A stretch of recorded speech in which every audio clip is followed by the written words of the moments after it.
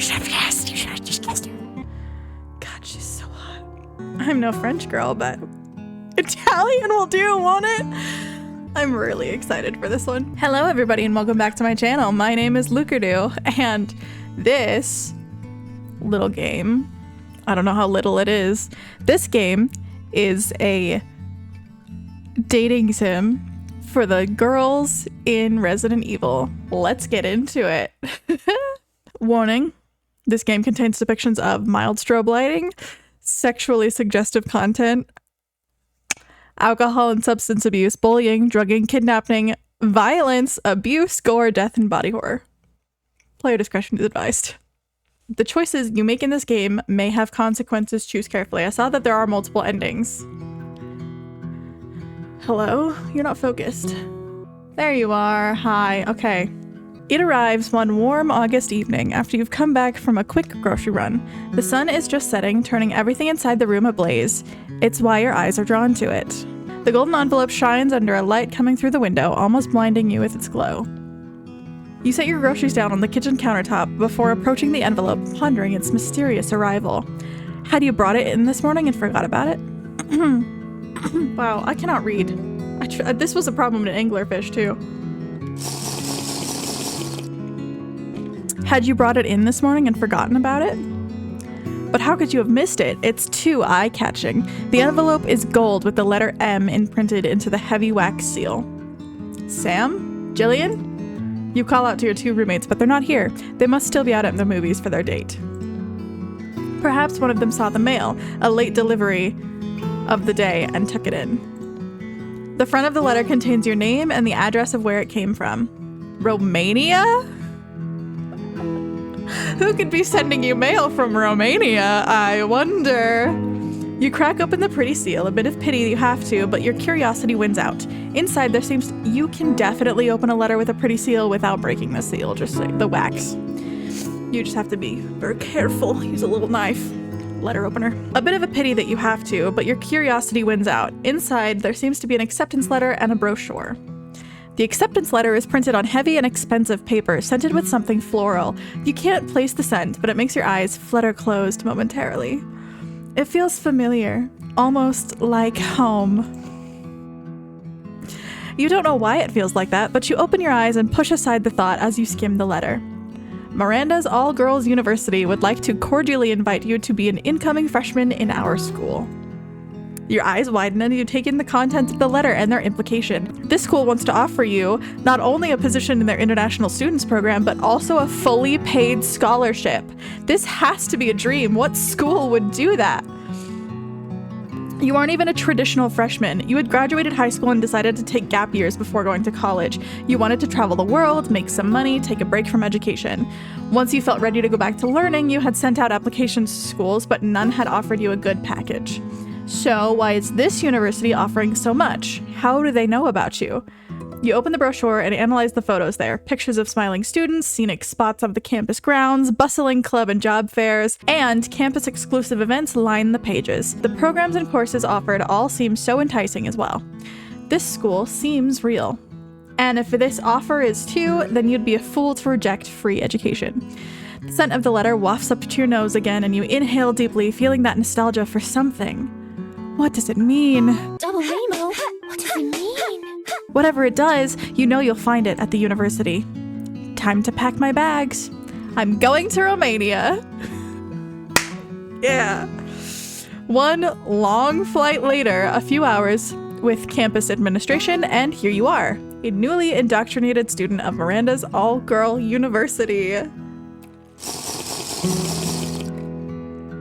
You came here on a whim, but the college is real. The beautiful and idyllic campus is full of students going about their day. Even though classes start next week, already so many people are here. You're filled with excitement at starting this new path of your life. I'm having a blast right now. Oh my gosh, this is so much better than playing a horror game where I'm stressed out the whole time. This is amazing. This is the start of the college life you've always wanted. The only question is, where should you focus your energy?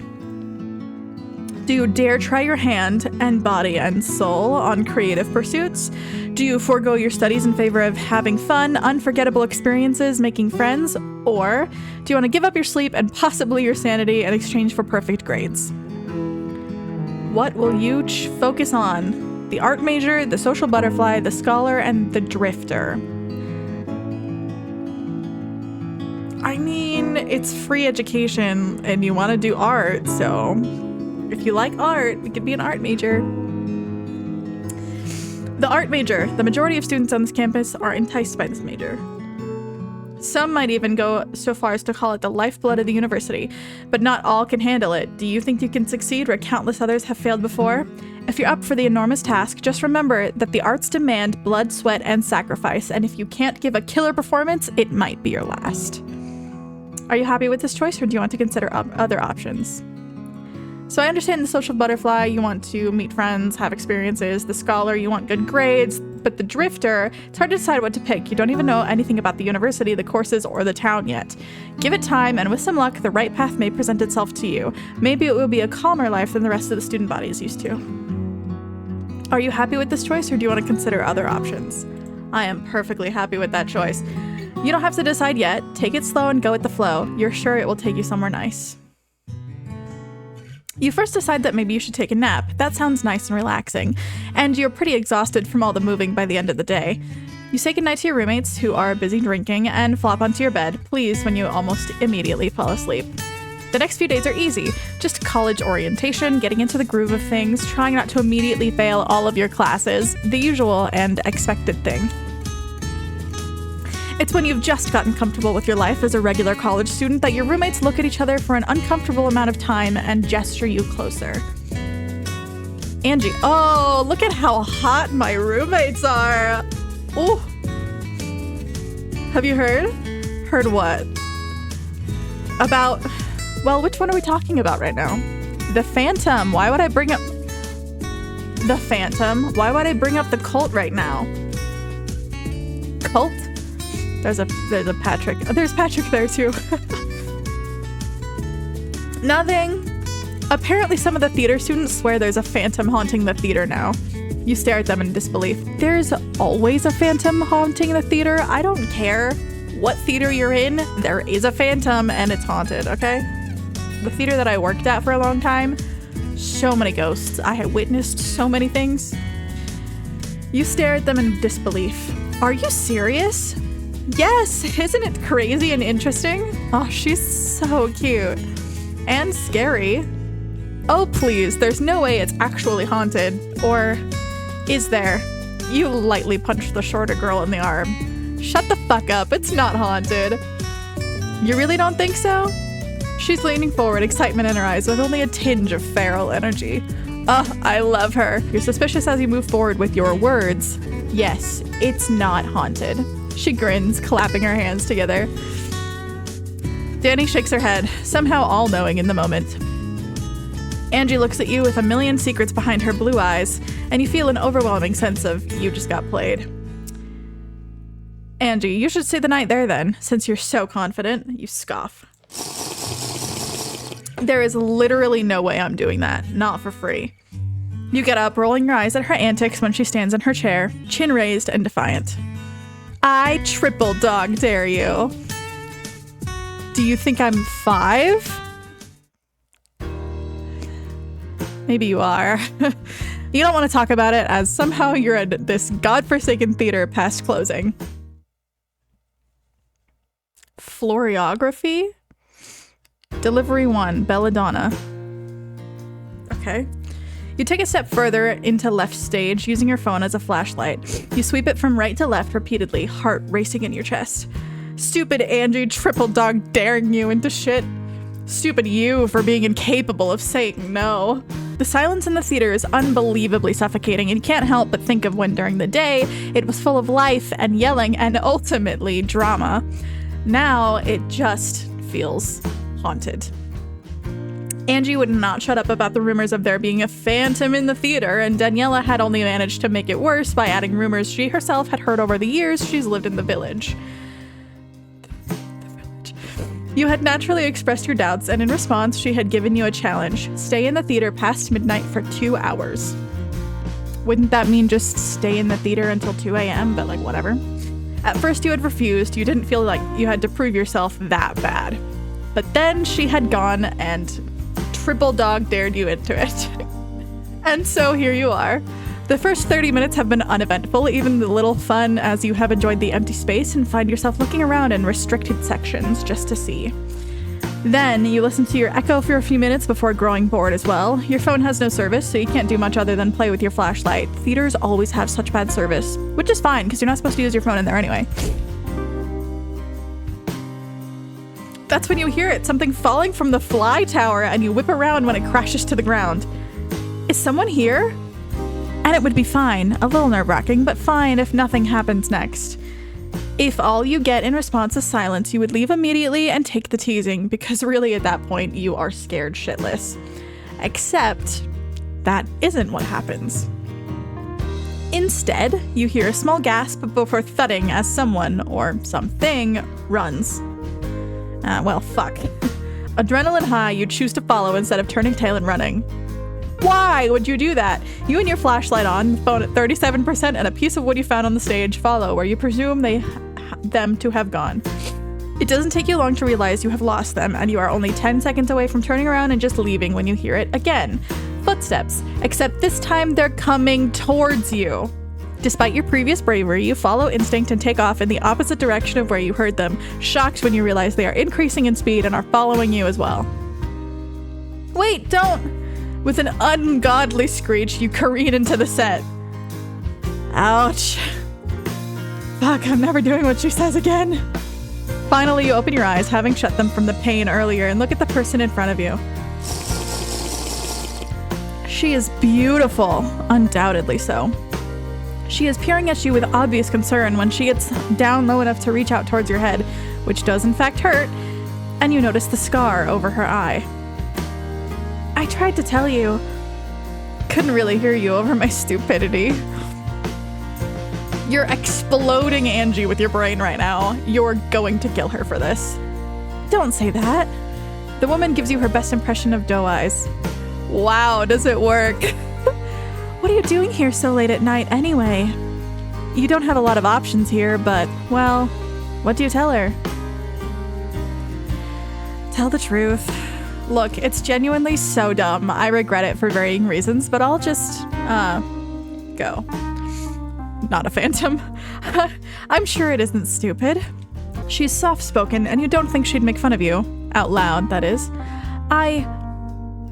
Sorry, this is me. My roommate dared me to spend 2 hours in here because it's haunted or whatever. It is? Well, people say that they see a phantom. You trail off as you begin to piece together what's happening. Off topic, are you here every night? Most.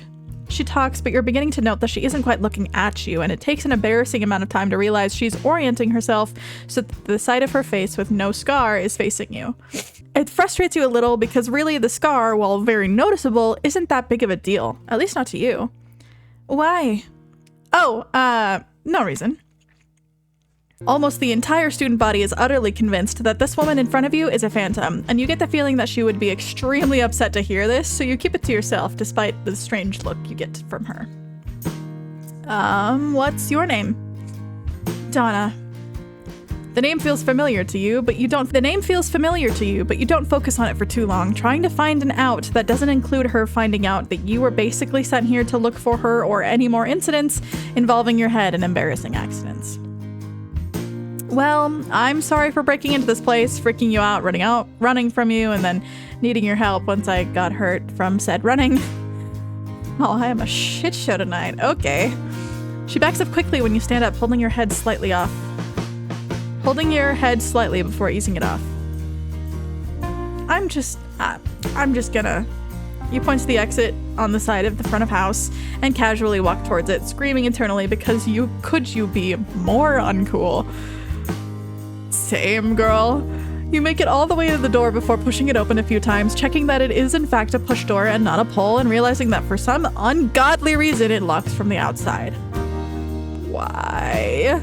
You poke at the push handle in irritation, but otherwise stare at it in despondence.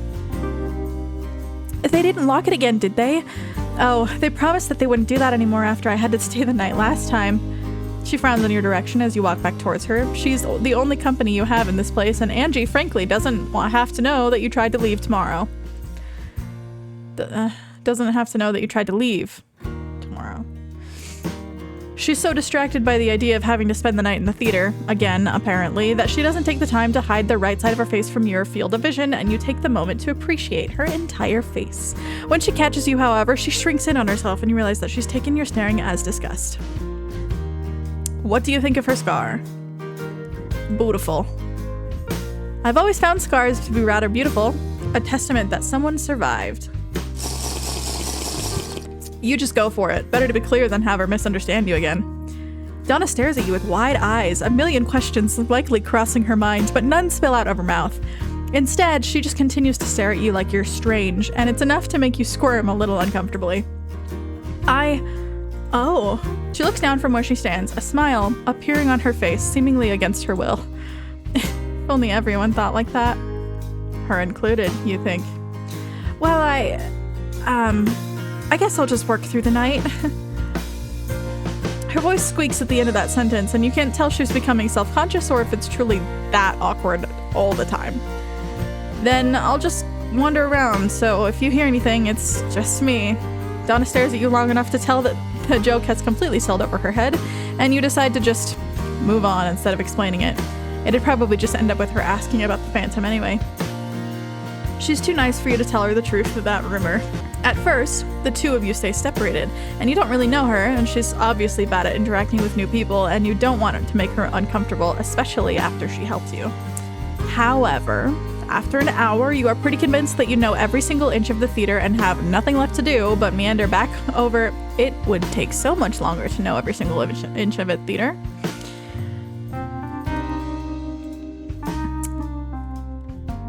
Gotta go back. Do you need any help? She squeaks and jumps a little, and it's honestly one of the cutest things you've ever seen, but she turns and shyly nods before pointing to the toolbox off on the side. In quiet tones, she explains what she needs from you, and you do your best to follow her directions with mostly success and a few retries. Then, a conversation starts. I don't know, my roommate's pretty serious about what kind of alcohol she drinks. My niece can be like that.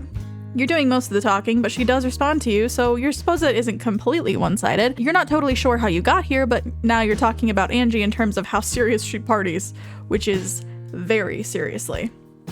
Is this roommate the same one who told you to do this?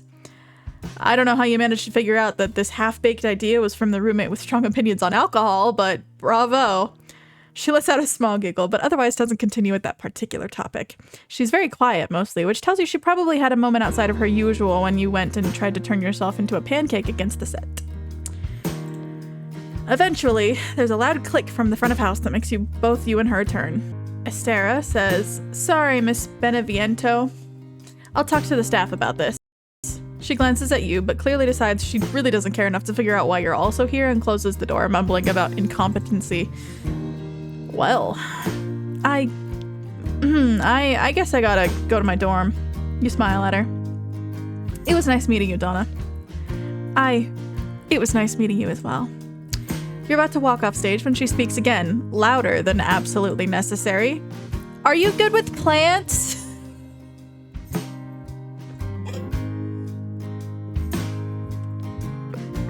Are you any good with plants?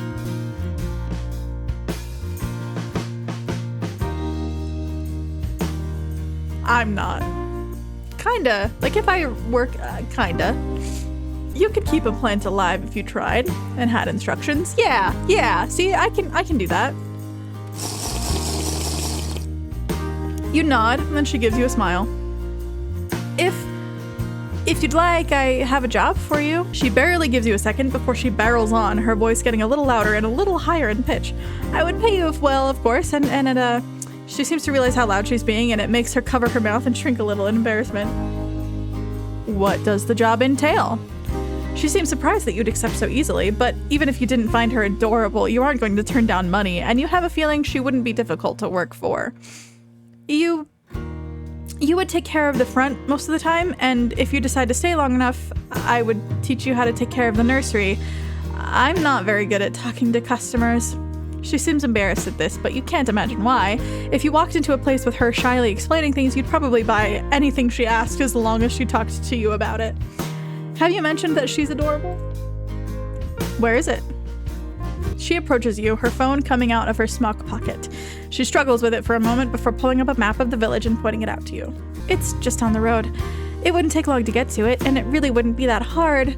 She's still trying to sell you on a job you've already decided to take, so you smile and gently put a hand on her arm to stop her from talking. Eep! She whips her head to face you, and on instinct you remove your hand as she seems alarmed by the contact. I'll take the job. When would I start? Next week? You talk over the rest of the details, but agree to be there, and you leave the theater with a smile on your face. Roomy!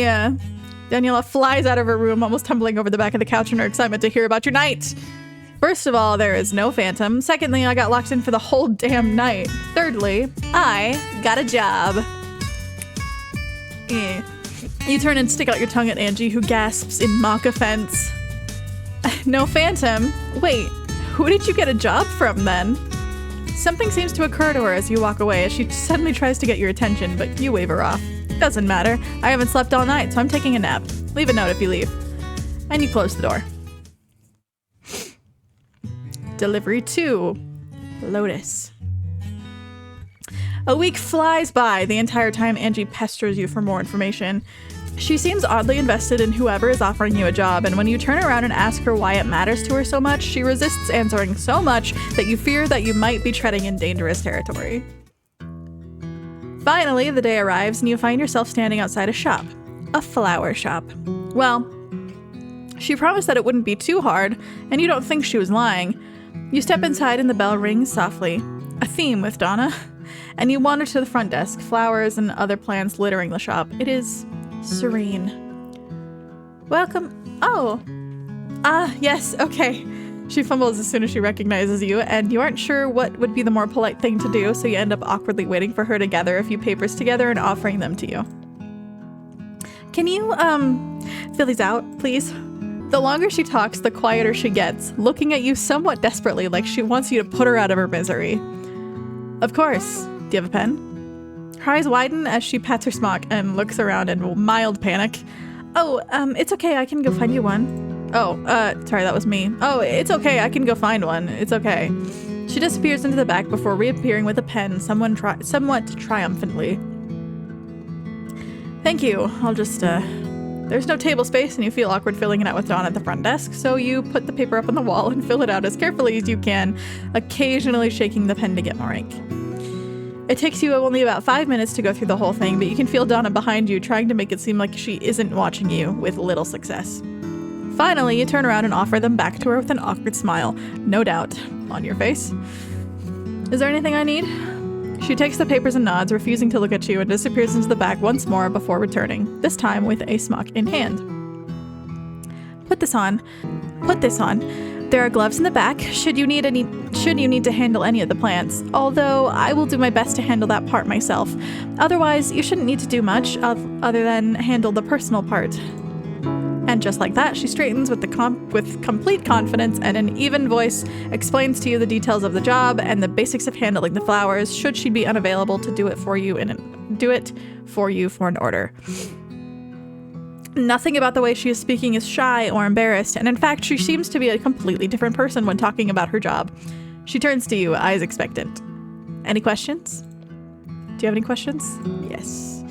In an embarrassed tone, you ask her to repeat a few instructions, and with easy grace she does, and explains a few other things in greater detail, until, finally, you think you understand how things work. And in a similar fashion that it had appeared, her confidence disintegrates before your very eyes.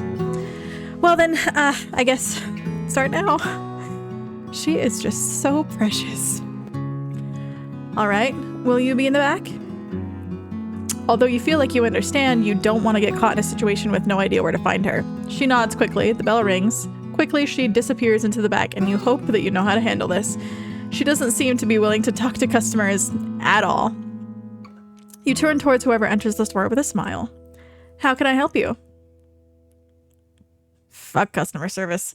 Some people behave like normal human beings, but most people decide that they'd truly rather harass you than actually ask for anything. Your very first customer had been the infamous Cassandra Dimitrescu. And she had been an absolute disaster to help. Every other word had been a flirtatious comment, which was especially ridiculous considering she was there for apology flowers after she had crossed the wrong woman. You suspect that means she had a one-night stand with someone who was particularly difficult to shake and who would be more than likely a thorn in her side if she didn't get them to calm down about being left behind. After you had finally gotten her out of the shop, Donna had checked in on you and apologized a few times for having to deal with Cassandra, who was apparently a frequent customer, either getting flowers for herself, her mother, sisters, or really anyone she pissed off.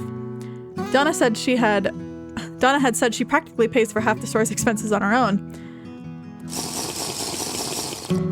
There are a few times when you catch Donna staring at the window with a somber expression on her face, or talking to herself, but otherwise she remains elusive unless she wants to be found. The next few customers have been pretty average, but some idiot claiming to be Anna Maria's boyfriend, Jasmine for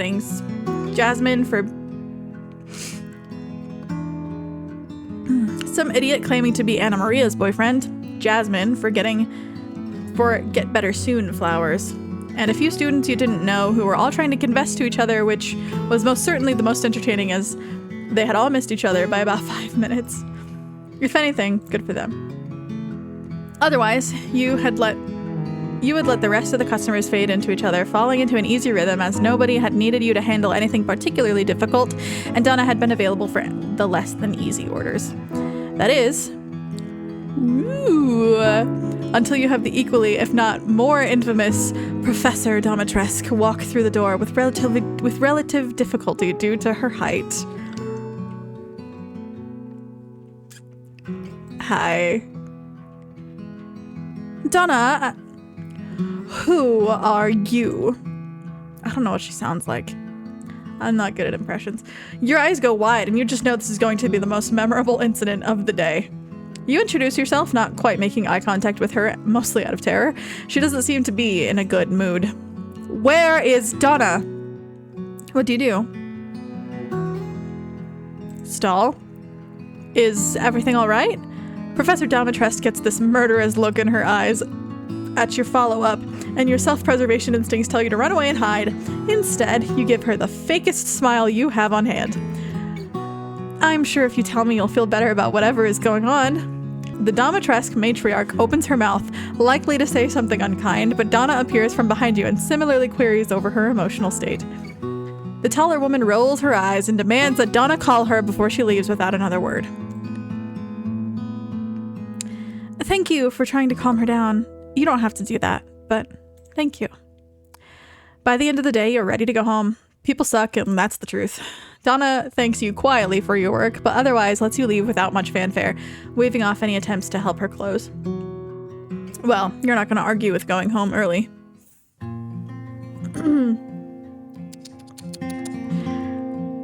I thought we talked about this already, Beneviento. One would think you don't actually care about Angela at all.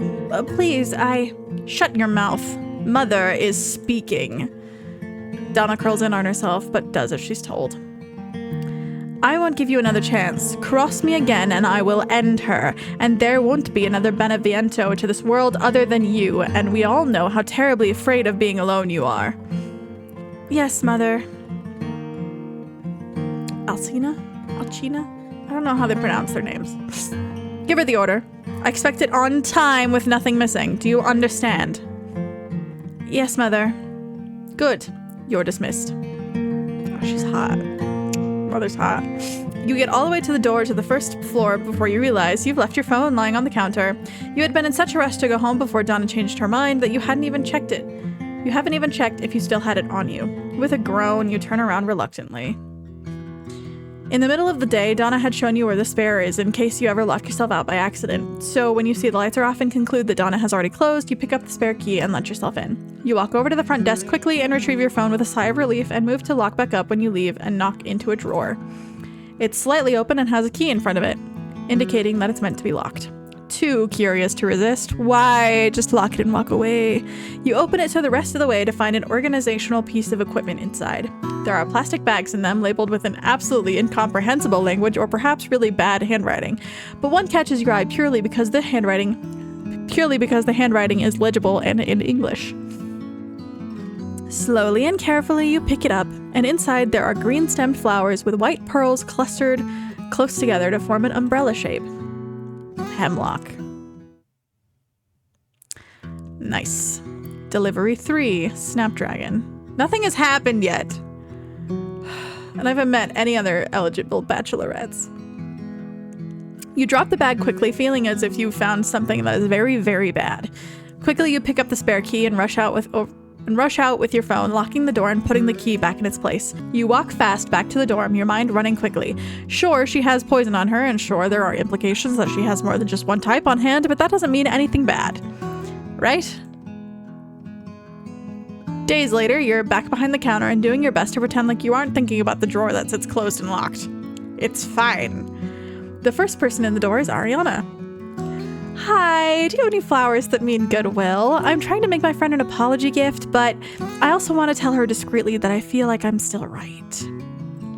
Which flower do you suggest? Irises. No, that's not right. An iris usually represents great happiness, which doesn't quite match what she's asking for. Which flowers do you suggest? Delphiniums. Yes, over here. You lead her to an assortment of flowers, blue, purple, and white. They mean goodwill and cheerfulness. You might want to pair them with a lily of the valleys, just to make sure the apology part also gets across if they understand florography. Ariana nods thoughtfully and asks to have them ordered. You agree easily, thankful you don't have to break the gloves out so soon, and write down the order and take her payment. The next person to walk in is shaking. A lot. Ooh. Someone who, through passing circumstances, you had known to be generally confident and practically incapable of feeling off-center, but now looking like a leaf in the wind. Sup? Livia does her best to look cool and collected, and you decide that just this once, you'll leave it be. Looking for anything in particular? They purse their lips and nod. Looking for something to give to Stara. Your blank expression makes them shift and correct themselves. Looking for flowers to confess to Astera. Your mouth falls open in surprise. Livia, calm, cool, and couldn't give two shits about anything, and Astera, who by all means cared too much and had a tendency to call everyone she met stupid. I don't want something stupid though, like roses. Which flowers do you suggest? Yellow carnations. No, that's not right. A yellow carnation usually represents rejection, which doesn't quite match what they're asking for. I don't know anything about florography. Which flowers do you suggest? Buttercups. Buttercups represent disgust. Which flowers do you suggest? Purple violets. Ah. Here, purple violets mean a lot of different things, but the one we're using is thoughts occupied with love, and if you want to be even more specific, you can pair them with red tulips. Livia chews on her bottom lips and nods. You pull the gloves from the back and get to work, making a bouquet of both purple violets and red tulips. Livia takes the bouquet and leaves, clutching it by the stems just a little too tightly for her act of calmness to actually read as such. You're beyond interested to see how this plays out.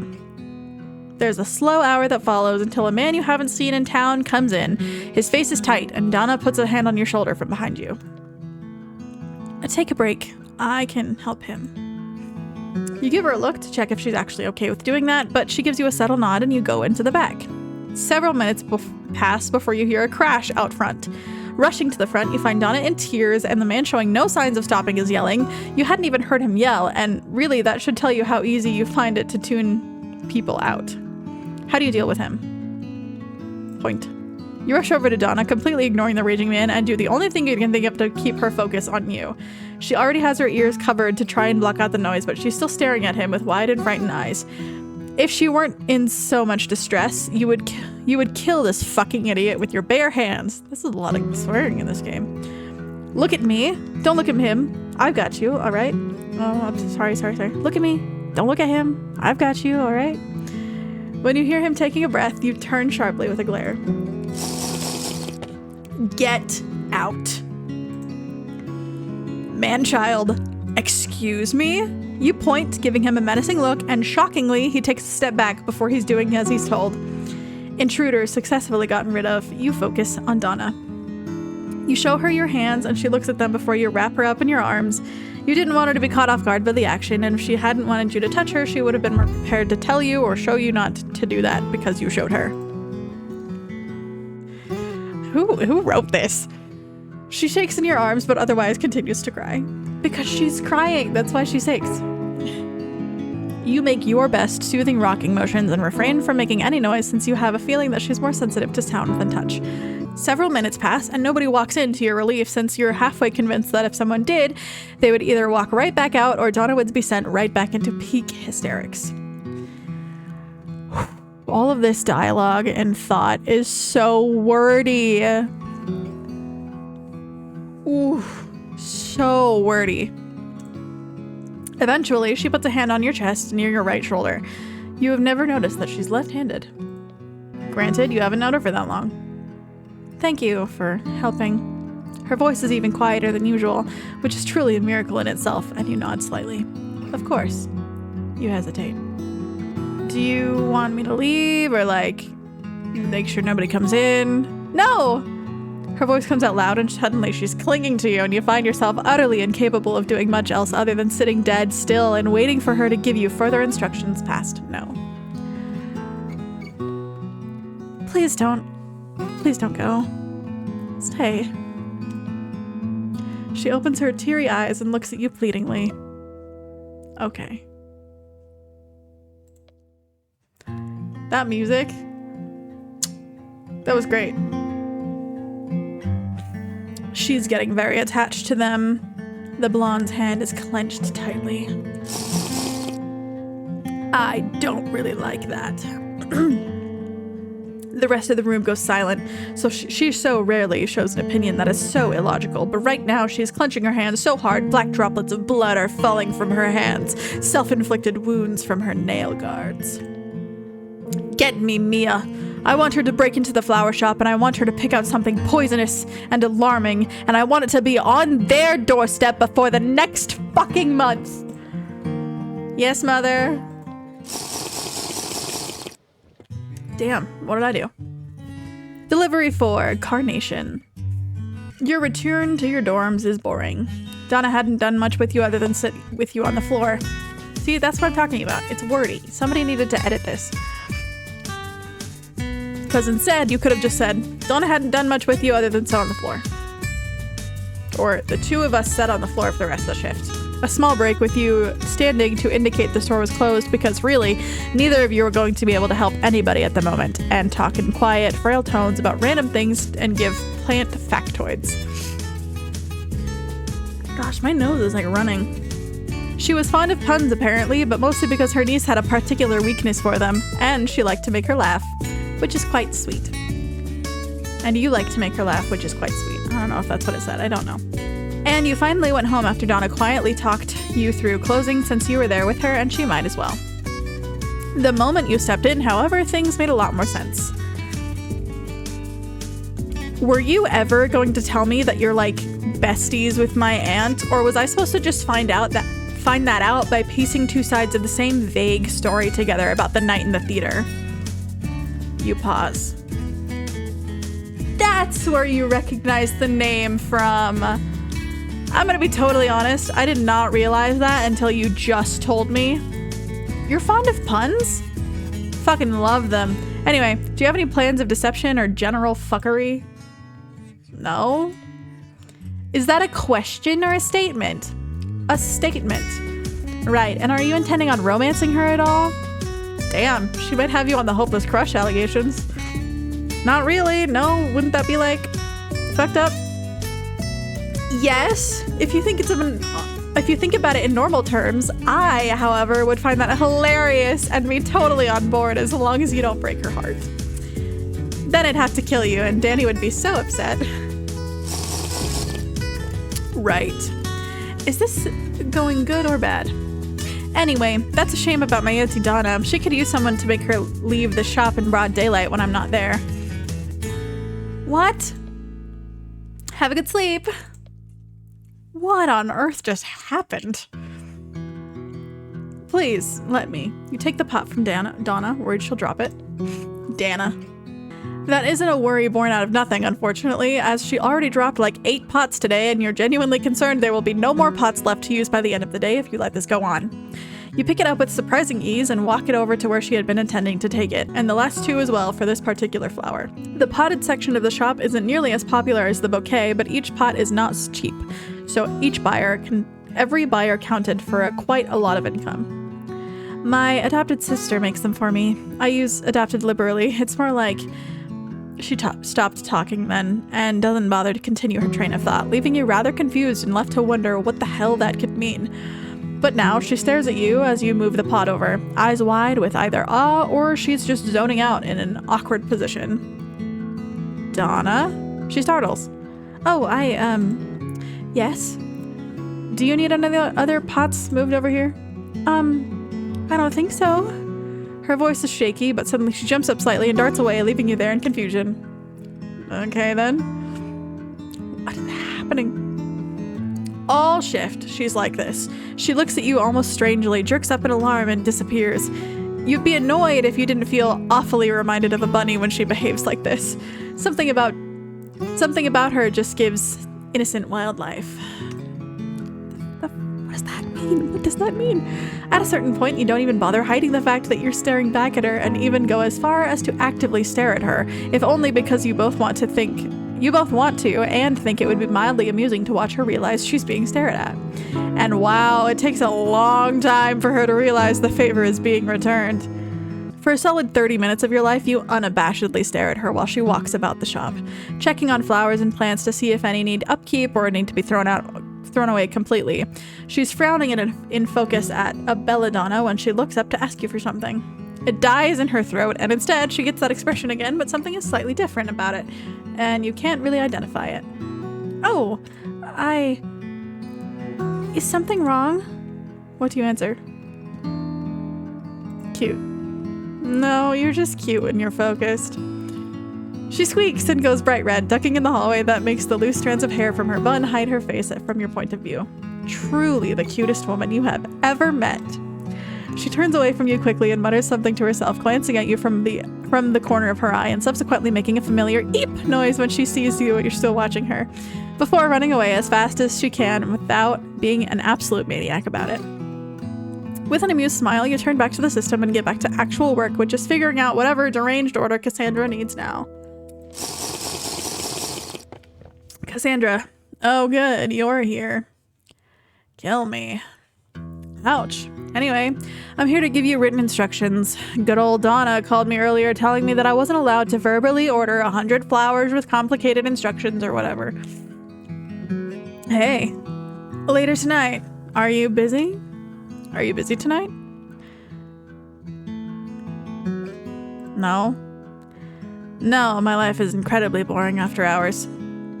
Don't I have, class? Aren't I going to school? What is happening? Then why don't you come out with me? Do you want to go out with Cassandra?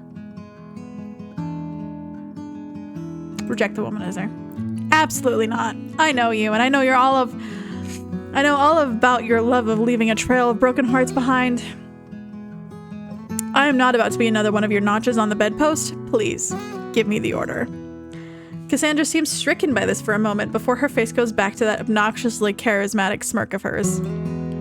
Fine, can't say I didn't try. Although, the nonchalant act is kind of hot, but I'm not looking to be some, one night stand, easy. No, that's not me.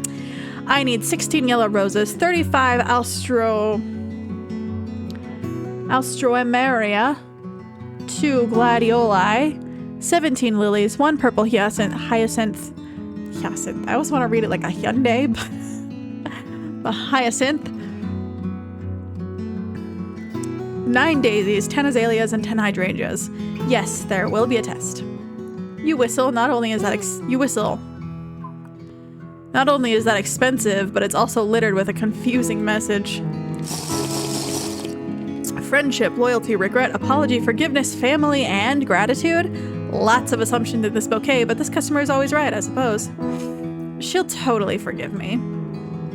Who'd you cross this time? Daniela. Apparently the girl I took home last week was a close friend of hers. And you seriously just tried to ask me out? I'm her roommate, her friend too. You shake your head. I do not understand people's obsession with you. If I'm being totally honest, I don't understand it either. I just roll with it. Absolutely insane. Anyway, hold on. 16, 51, 53, 70, 71, 80, 90, 100. All right, yeah, that adds up.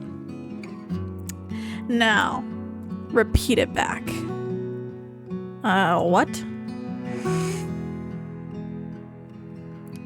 She's not wrong. This might be helpful for you. I know you have it written down there, but try not to look. How many yellow roses in the order? And if you're having trouble, open the menu. Reiterate Cassandra's order. 16 yellow roses. 16. How many purple hyacinths are in the order? 1 purple hyacinth. How many daffodils? 0 daffodils. None. There are 9 daisies in the order. Have I passed the inspection? Yes, go put it in. She giggles in amusement, and Cassandra gives her a strange look as you go into the back to write it down on Donna's to-do list. You've got the same auntie. I do not. You've got the same auntie. I don't know what that means. Sorry. Can I go back? Page up and down. Scroll, mouse wheel. Scroll back and forth through dialogue you've already played. Okay. Okay. You've got, you've got game, auntie. I do not. Only an hour and a half later, you're hanging up your smock with a tired expression set on your face. You feel like you're beginning to get used to this, and it helps that you have some background. Knowledge on florography to help some people for meanings. I can walk you out. Her voice is as quiet as it's always been, but you're also beginning to feel like your hearing is adjusting to her soft-spoken nature, so you hear her perfectly clear despite being across the store from her. All right. You don't make a big deal of it, but you also know she hates leaving her shop during the day. You just stand outside the shop and smile at Donna, fully assuming that she's going to turn back around and stay inside. However, she smiles at you hesitantly and takes another step and then another. You don't have to, you know. I know. I want to try. She manages to make it to the end of the block before there's some sort of uproar across the street. Both of you look over, curious, and you see a murder of crows explode from their hopping on the concrete. Donna makes this choked sound and you turn to find her pale. I have to go back. What? I have to go back now. Her voice is filled with horror and she gives you this deeply regretful look of sorrow, but before you can even begin to ask what has her so scared, she's already disappeared into the crowd on the sidewalk. I'm assuming that's a phone.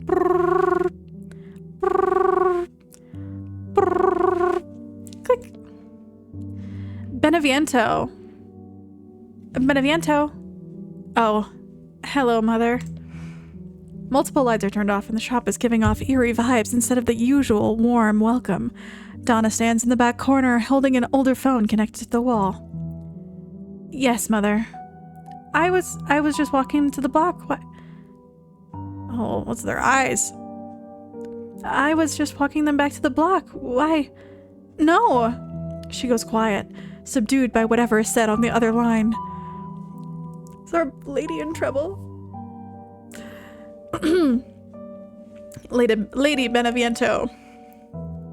This is just her, Donna. No, Mother, I wouldn't presume to. Yes, all right. I'll bring it during next week's sermon. Yes. No, Mother. Okay. Goodbye. She closes her eyes, face twisting in an effort to stop herself from crying before she pulls a key out, fiddling with it until she goes over to the front desk and crouches, unlocking a special drawer. She frowns, picking up a bag of headlock and moving it over one. You don't need the one, you just move it over. When had she put that there? And pulls out from underneath a book. It looks to be at least 50 years old, but the writing in it is aged beyond that. Writing quickly, Donna mutters softly in Italian before shutting the book and slipping it underneath again.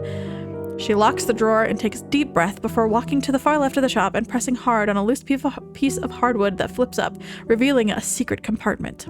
She gets to work. Oh, it's the translation. Okay. So, it says 22/8/2023, Spedizione Madre Acconito. I don't know how to speak Italian. And Solanage 30 Bace. Maybe, because it's 2 C's.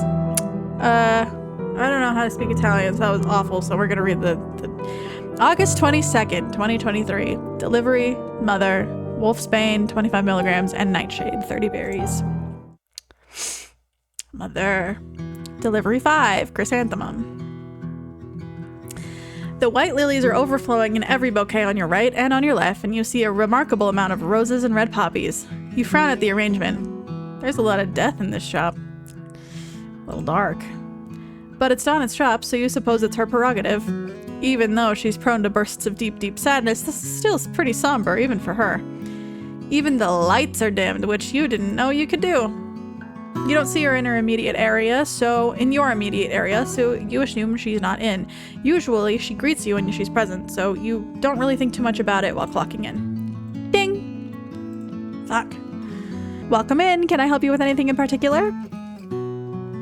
The headmistress gives you an imperious look, her expression tightening in irritation, although you have no idea how you could have pissed her off already. What are you doing here? Her voice is sharp and her eyes narrowed at you. Your first reaction is to hide. Immediately, instead, you straighten your back. I work here. Can I help you? Watch your tone. She sneers at you, but something about her very blue eyes, seriously, they are striking, is extremely panicked. You shouldn't be here today. Miranda. Your heart jumps into your throat.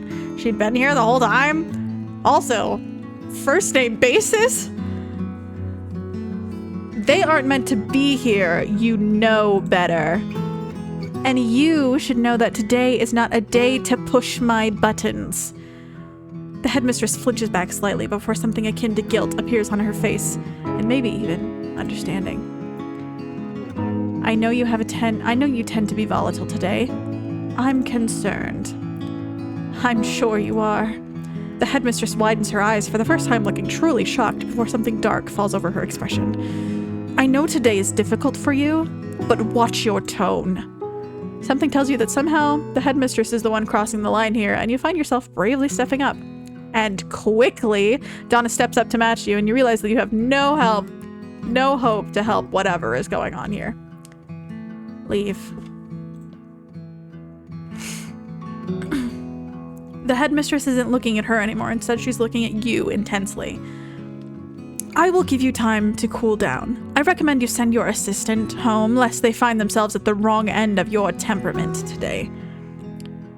Donna's face is completely unchanging, and she doesn't say another word as the headmistress inspects you before she walks back out, reaching out and snagging a flower as she leaves.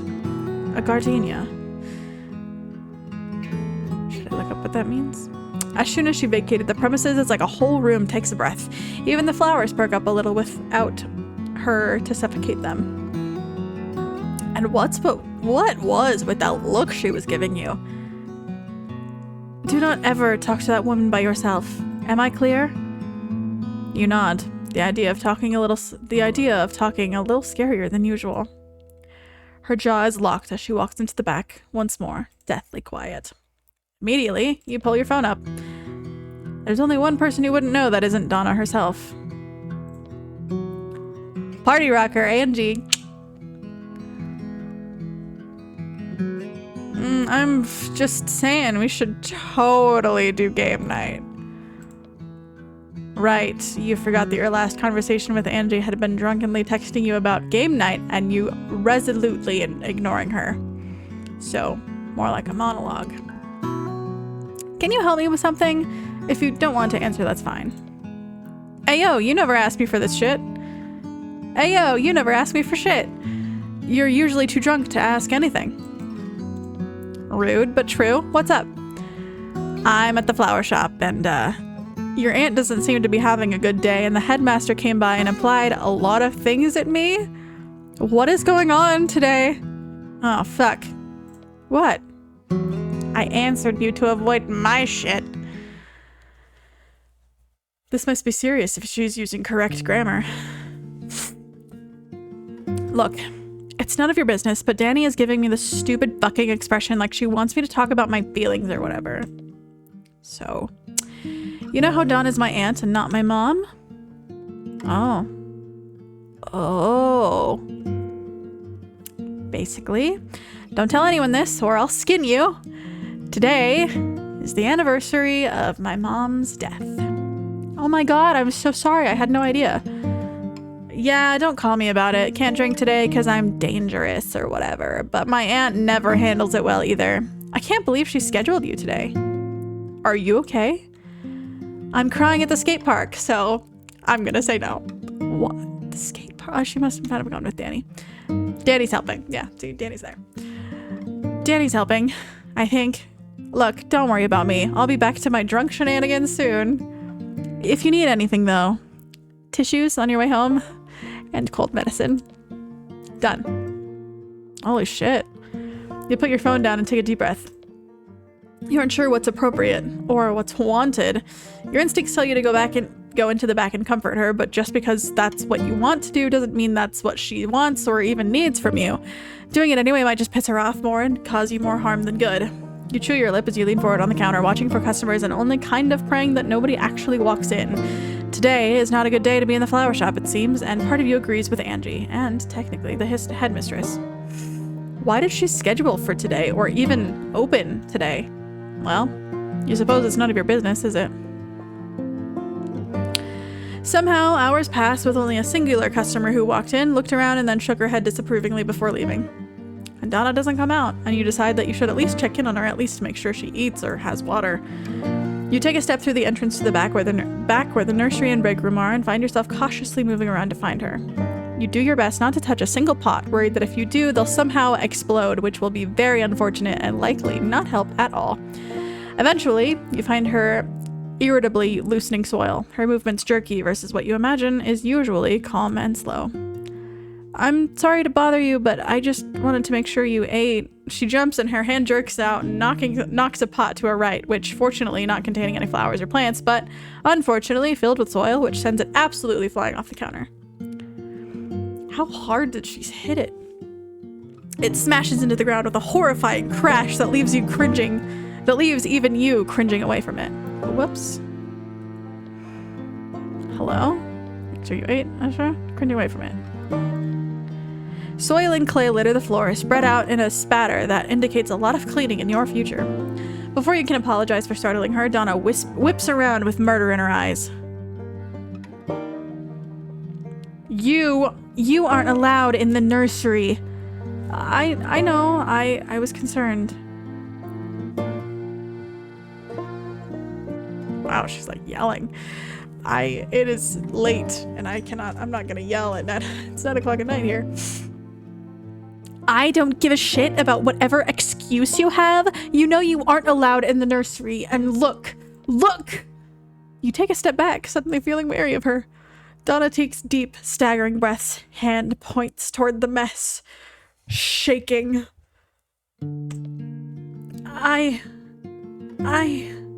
You raise your hands in surrender, unsure how you're supposed to approach her at the moment since she seems so dead set on yelling, and frankly, it might be better for her to yell at you than be alone. The window just above her where she had been working offsets her silhouette, and just outside you see a raccoon jump from the ground to a trash can, causing a ruckus when he ultimately fails the agility check required and sends the litter clattering on the ground. You didn't edit this at all. Donna swings, hands still outstretched, to see what the noise was, and consequently hits another pot, which shatters on the floor next to the previously destroyed pot. She stares at it, eyes wide and face twitching before she collapses to the floor. Oh, she's crying. You can see some of the shards digging into her palms, and you take a step closer in concern, but Donna lets out a terribly distraught noise before looking at you desolately. Leave. What? Get out. What should you do? Leave the room. You back up almost immediately. If that's what she really wants, then you'll leave, but you don't think her being completely by herself is a good idea. You continue to back up before speed walking back into the front and turning over the sign so that it reads closed to the outside. Even in front, you can hear a scream. Followed by more crashing. She's just throwing the pots now, isn't she? You won't leave altogether, but you'll leave her in peace in the back.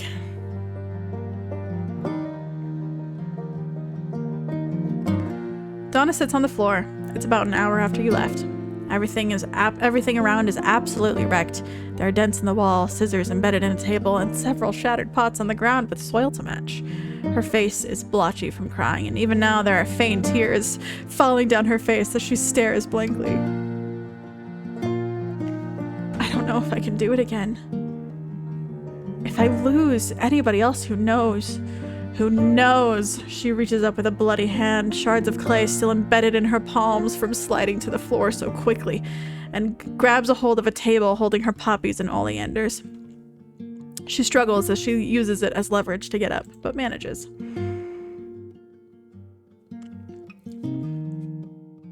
Who could blame you for letting go of your inhibitions if you were to lose another? I certainly wouldn't. At a side table, a tea set in the middle, an imposing blonde woman sits. With a familiar glint in her eyes, she sips her tea, looking at Donna in an unimpressed fashion. She's being cruel, and Donna knows it. If Donna loves another person, they're just someone to take away. Right. I can't let anything happen to them. I can't lose them too. A dark look passes her face, her nails digging into the table. They can't leave, and I won't let anybody take them from me either.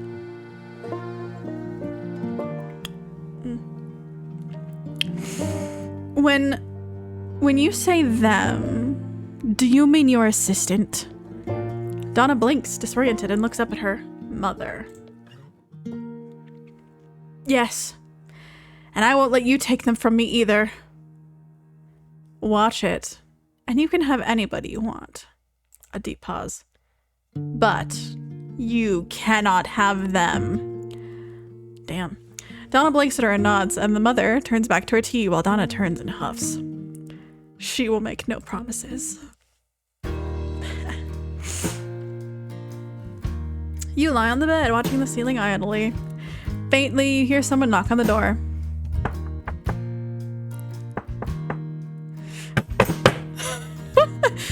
With a groan, you roll off the bed and go to the door and swing it open, only to find a white pink flower and oleander. Attached is a note, very short and very much to the point. Stay away from her for your own good. What do those flowers mean? I don't know. Delivery 6, daffodil. You shred the note the next morning. You have no idea what's going on here, but you aren't allowed to let yourself get vague posted away from Donna. What? And you assume it's her because, let's be real, you aren't talking to anybody else other than your roommates.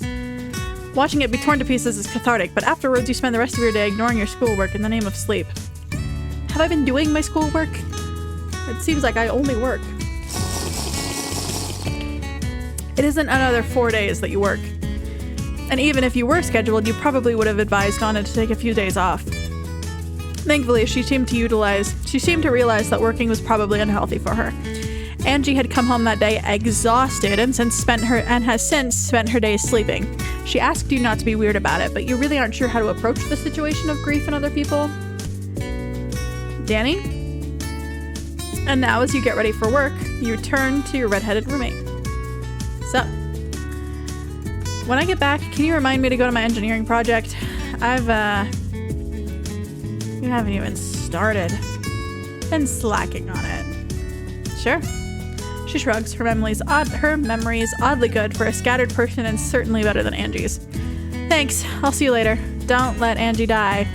Danny mock salutes you. I'd never. God, you wish you knew how they worked. Walking in, you note that the open sign isn't flipped. You're not totally sure if this means she's forgotten or if she decided last minute to take another day off. So when you walk in, you don't immediately put your smock on and instead warily go into the nursery to look for Donna. She isn't at her station, but when you walk around, extremely careful not to touch any of the plants. She isn't anywhere in the nursery. You even check the side rooms and find a small kitchen, although Donna isn't in there either. Eventually, you give up and go back to the front, hands on your hips and furrow in your brow. Donna! There's a squeak, and you turn to your left and realize Donna has been hiding. She's conspicuously crouched over the daffodils with a guilty expression on her face. Hello. You're glad she's feeling better, but sad that means she's being too scared of her own voice. She's back to being scared of her own voice. Hello, Donna. You smile warmly at her, and for some reason this makes her tilt her head at you. An oddly blank expression on her face while simultaneously looking like a cornered animal. You didn't leave. She murmurs something, but you can't quite catch it and take a step towards her. Sorry? She squeaks and jumps to her feet, making you jump back a little with sudden movement. You wait patiently for her sentence to finish. Her jaw tenses and frustration seems to overwhelm her. Do you want to go to the cafe with me? Absolutely. In an effort to force herself to say it, it comes out as a yell. Donna jumps at the sound of her own voice, coming out so loudly and so unexpectedly, and swiftly becomes mortified. I meant for tea. I'm out of my honey tea and, Scopare, why did I say it like that? You blink. Scopare? Donna makes this face and you repeat the word, which you take to mean you just butchered the shit out of the pronunciation, like I just totally did. Sorry. It's alright. Italian is harder than it seems. So it's Italian? Great. You didn't even have to fumble around asking. Free information. Anyway, sure, I'll go with you. Great. She turns before she can catch your astonished expression.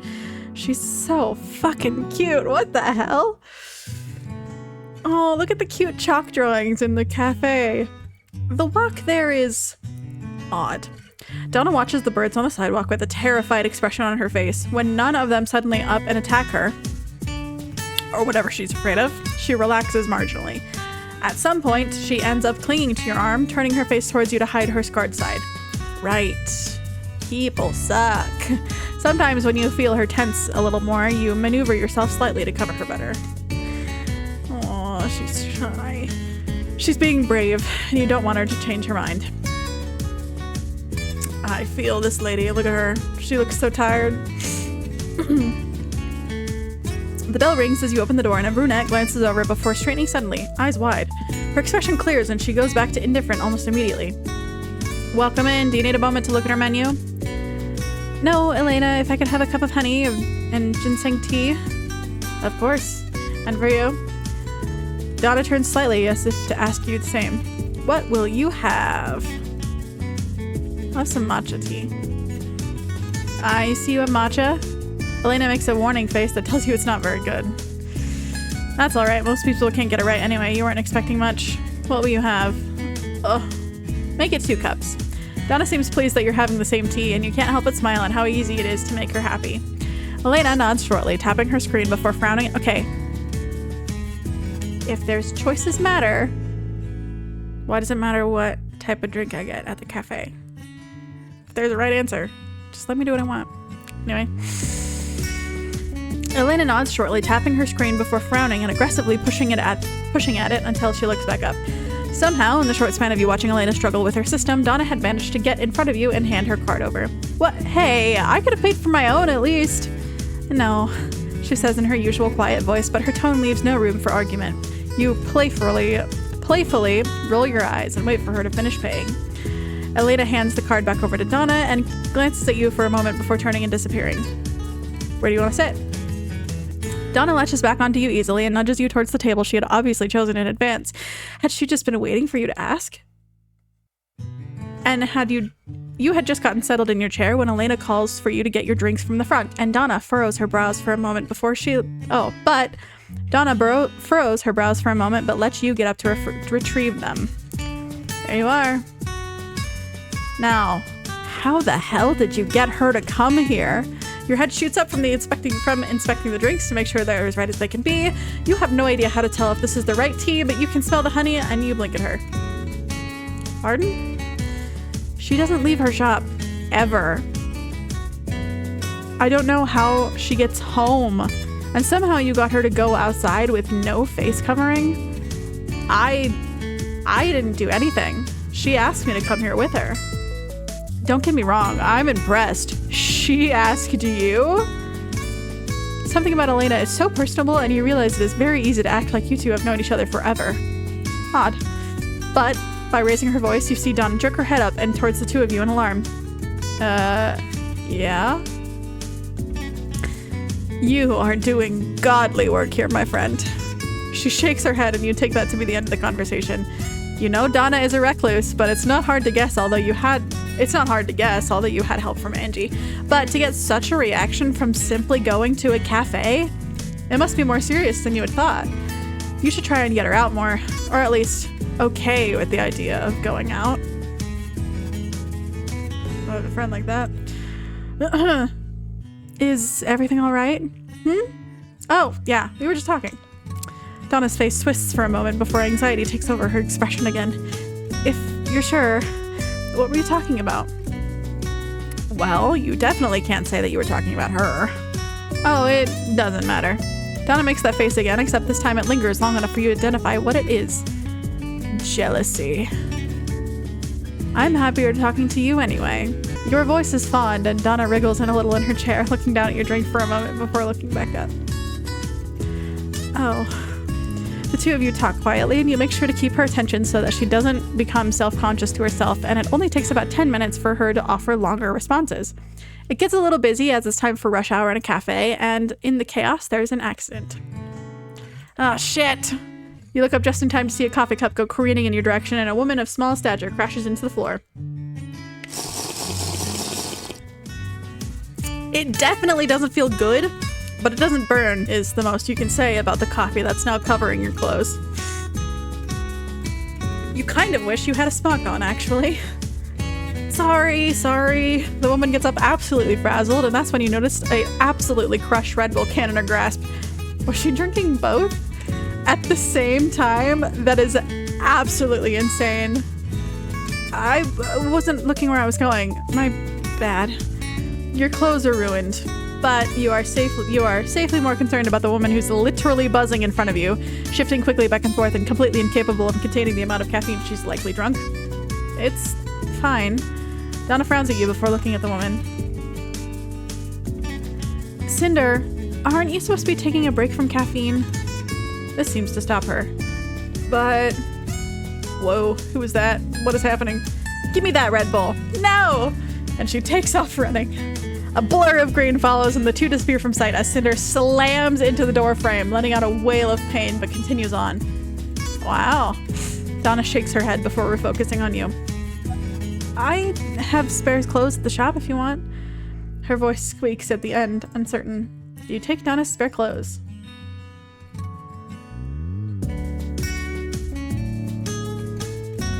Are we the same size? Does that work? Yeah, okay. Yeah, thank you. Donna nods, placing the lid on the back of the cup as she has found it to be too hot at first and nodding to Elena. Okay, let's go back. Donna disappears in a direction you didn't know went other places before returning with spare clothes. You take them and go somewhere more private to change into them quickly. Thank you. Donna stares at you. You're welcome. Donna takes you with her to the theater, claiming that she absolutely needed your help, but you suspect she just doesn't want to be alone. Which is fine, but she could have told you that. Now you're just bored on stage. There's a loud click, and you turn. The side entrance doors open, and you're now faced with quite the motley crew.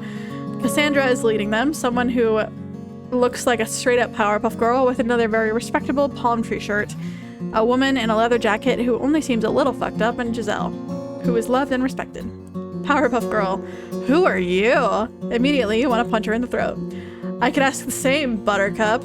Cassandra at most seems entertained by this, but as soon as Donna gets up and draws attention to herself, her tune changes. Hey, be nice. The group gives her a look and she makes a fussy motion with her hands as Donna moves to investigate what's going on, drawn by your aggressive tone. Sorry, Auntie.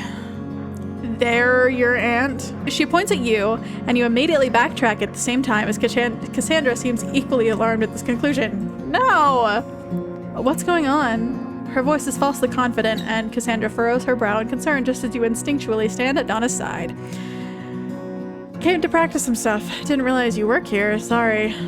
You wonder how quickly word will spread of how utterly obedient the wild Cassandra Dimitrescu becomes in the face of her soft-spoken aunt. You also wonder how quickly Cassandra will threaten this group not to tell a soul about it.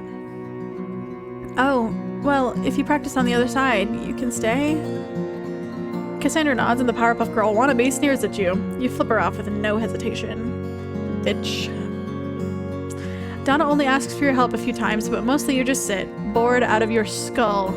Leather jacket. Hey. Respectable prom tree shirt. Saw you over here and we're on a break, so we figured we'd come over. You nod and awkwardly shift before offering your name. Mia. Avery. The three of you talk for a good amount of time before somehow food is brought up. So this is Mia and Avery. I'm hungry, but I don't want to leave you. I'm hungry, but I don't want to leave her by herself. What?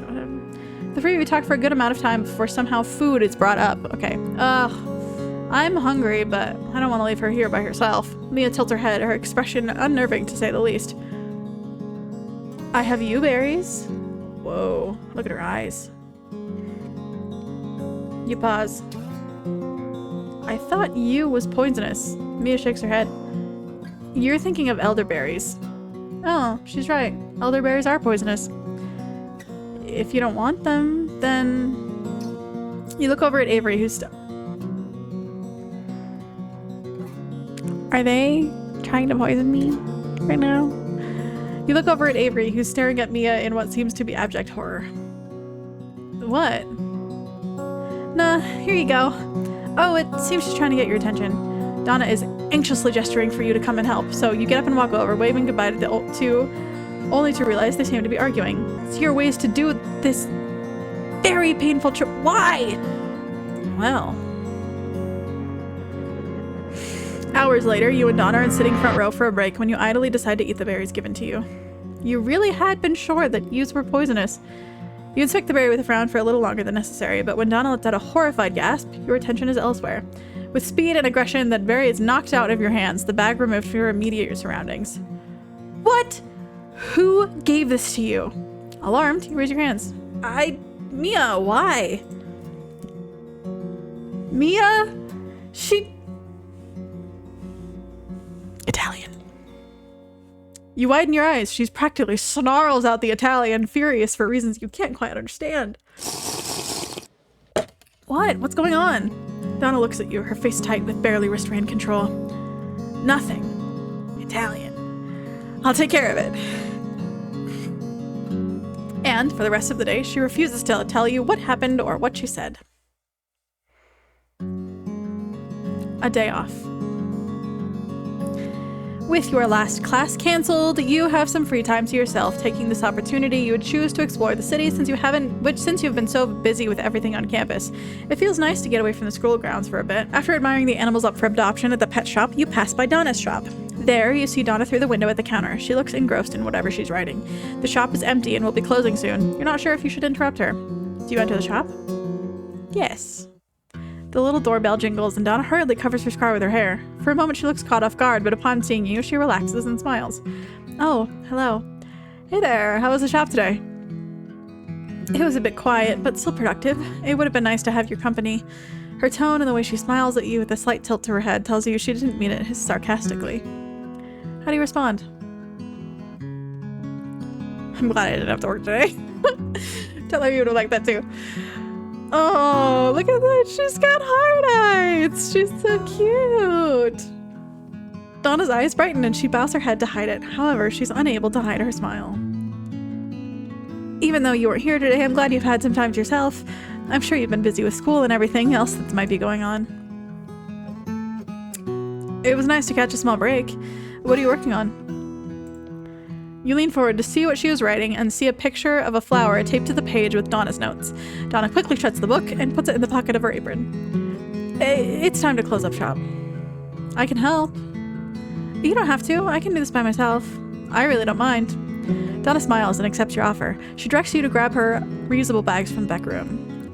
Despite the room being crowded with supplies, you spot the bags. They are filled with new hardware supplies and a few household items like trash bags and cleaning supplies. Next to the bags, you spot a stack of simple wooden boxes you've seen used for storing things like tea or perhaps small trinkets. It isn't the size of it that catches your eye, but the sticky note on the top box with Donna's handwriting labeled Miranda. Do you mind your own business? Mind your business. You decide not to snoop around and grab the bags Donna asked for. Just as you are about to leave, Donna hurries into the room. Actually, you nearly bump into each other. Donna sees that you have the bags and looked relieved. You notice that she glances past you. Oh, thank you. Oh, sorry about the mess. I thought you wouldn't be able to find the bags I was talking about, so I figured I'd just come back here. I've gotten pretty good at navigating your organized chaos. Donna gives a Dana. I keep doing that. Donna gives a shy chuckle. After locking up the store for the day, Donna turns to you as she balances a box she's holding under one arm. She gestures to take the bags from you. Thanks for your help. As if I'm gonna let you carry all these things home by yourself. I've done it before. Well, not today. Before she can protest further, you begin walking in the direction of Donna's house. There are more people outside now and more dogs on walks. In the distance, you even see someone with a cat in a bubble backpack. Donna lets out an excited noise at the sight and realizes you hurt her. Embarrassed, she clears her throat and walks a little faster, leading the way into the woods to her house. She lives out in the middle of the woods. The sounds of the town begin to fade farther the two of you go. Even though the town isn't as loud as the city, it is just nice to get away from it and the campus. Donna slows her pace and walks by your side again. Do you break the silence? Ask what plans she has. Nothing much, aside from tending my garden and getting groceries. I don't live an exciting life compared to a college student. The two of you arrive at Donna's porch and she digs in her pocket for her keys. I really appreciate your help today. It wasn't a big deal. Would you be okay with me taking the bags inside for you? That'd be great. Thank you. She leads the way inside, disturbing the peace with the creak of the door. The house is just as quiet as the woods, perhaps more. You wonder if she ever gets lonely out here while Angie lives on campus. It's hard to imagine someone like Angie living here. It is a tranquil home, distant from the bustling town and the college scene. In fact, it's hard to imagine Angie and Donna being related at all. It's hard to imagine Angie and Donna being related at all. Donna's home looks like it has been standing for centuries. Despite its age, it does not give signs of neglect. After you place the bags where Donna requests, she approaches you with a single white flower in her hand and offers it. You feel her cool fingers brush yours as you take it. For a moment, it seems that her hold on the flower lingers a few seconds longer, or perhaps you're imagining it. I'm glad we got to spend a little time together. Please take this as thanks. Perhaps next time I can give you something better. Anemone. I don't know. Your next few shifts are uneventful. However, after work one day, Danny flies out of her room with a guilty expression. Engineering project. Oh. Fuck. The exhaustion tearing at you only worsens with the knowledge that you will have to work extra hard to catch up on all the time you missed. Sorry. No, it's okay. I should have started it when it was assigned. You close your eyes and let your head fall back in frustration. I'm going to bed. Thank you for reminding me. Danny pants, but gives you a thumbs up. For someone who skates all the time, she sure is easy to tire. You go to your room and flop face down on the shitty mattress. Fuck. The next day, you go to the shop, dead tired, with no idea what you're gonna do. When you walk in, Donna is manning the front and she gives you a tiny smile and greeting. You, however, wave weakly and almost trip and die before righting yourself. Adrenaline running high. He didn't close the door so they can hear me right now. Are you alright? She hovers over you, seemingly concerned for your health, and who can blame her, considering, and you nod. I'm fine, just tired. If you're sure, you shake off the exhaustion the best you can and plant yourself behind the front desk, determined to stay awake and do your job. And if you have the energy, also think about your engineering project. I'm so tired of reading. I haven't gotten any kisses.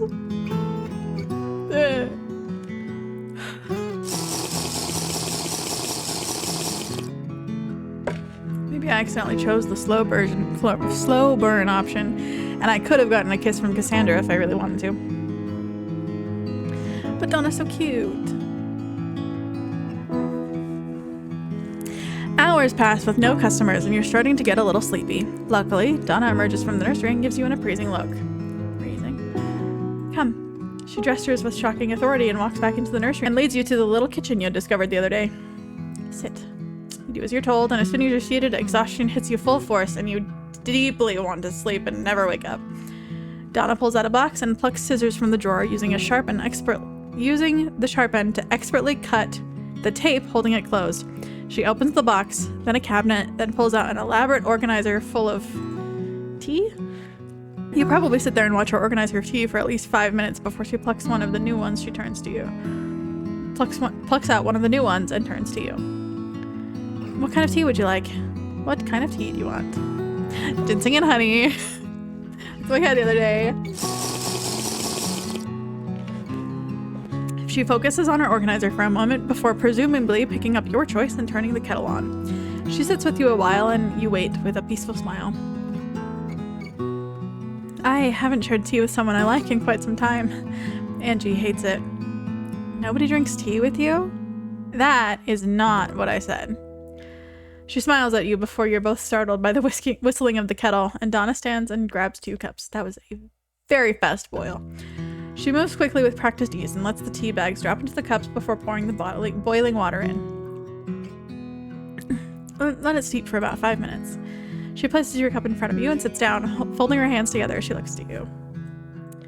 The silence is admittedly awkward at first, but Donna hums softly, glancing out a window above the sink before looking back at you. How was, school been? Fine, mostly. Angie lives another day as of this exact moment after all. The only thing that's really messing with me is my engineering project. I thought I was I said... Right. I was like, I was an art major. Why am I in an engineering class? But I'm not an art major. I chose something else. You sigh, already feeling more tired because of it.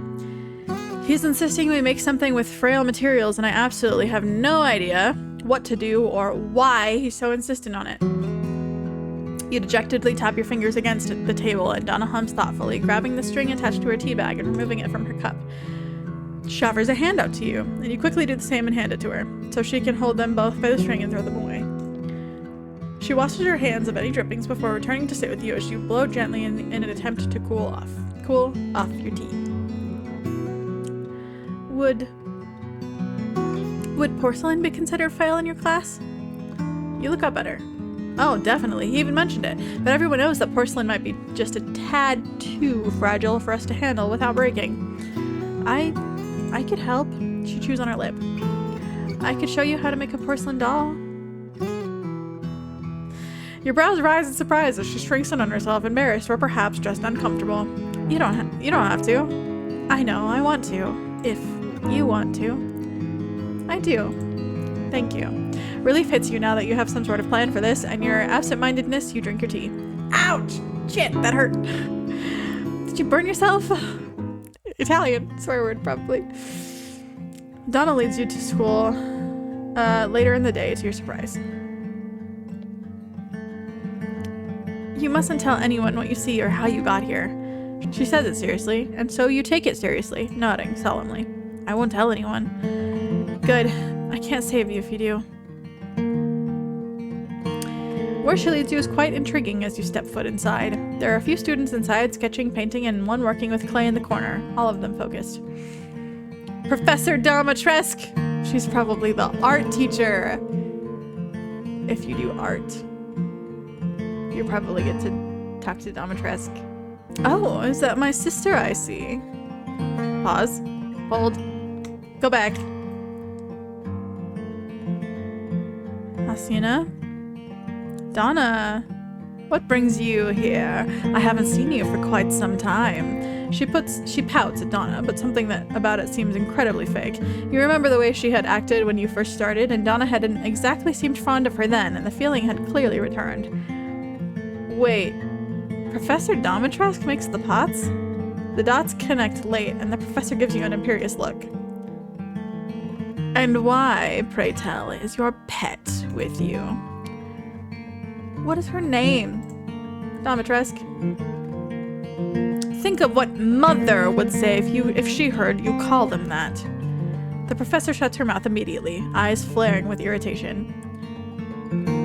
Is my workroom still connected? Why, yes. Are you intending to work again? A genuine interest lights her face, and you realize it's less because she's interested in her sister and more because she's interested in art.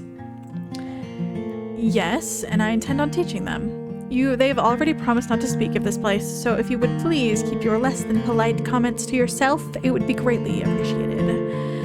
The professor clicks her tongue. I haven't heard you talk like that for quite some time, sister. Donna hums, unamused. She's a little attractive like this. Okay, she's like really attractive like this. Go on then. You know I'm not allowed to stop you. Donna nods curtly and leads you away from her sister into a dark room. The light barely flickers on when she flips the switch, and you note the sharp tools hanging against the wall. A rather thick layer of dust covers everything in the room, and you turn to ask her why when she smiles faintly. It's been a while since I've come here. I stepped in an effort to avoid my sister and her haughty students. Why did you offer to help then? Because you needed it. I'm only returning the favor. From your point of view, you owe her nothing but favors, so you don't understand how she could possibly think she owed you. It's rather pathetic, but I've been lonely since Angie went to college. I don't have many friends, and the only people I talk to are family. She gives you a wider smile. It's nice to have someone to talk to.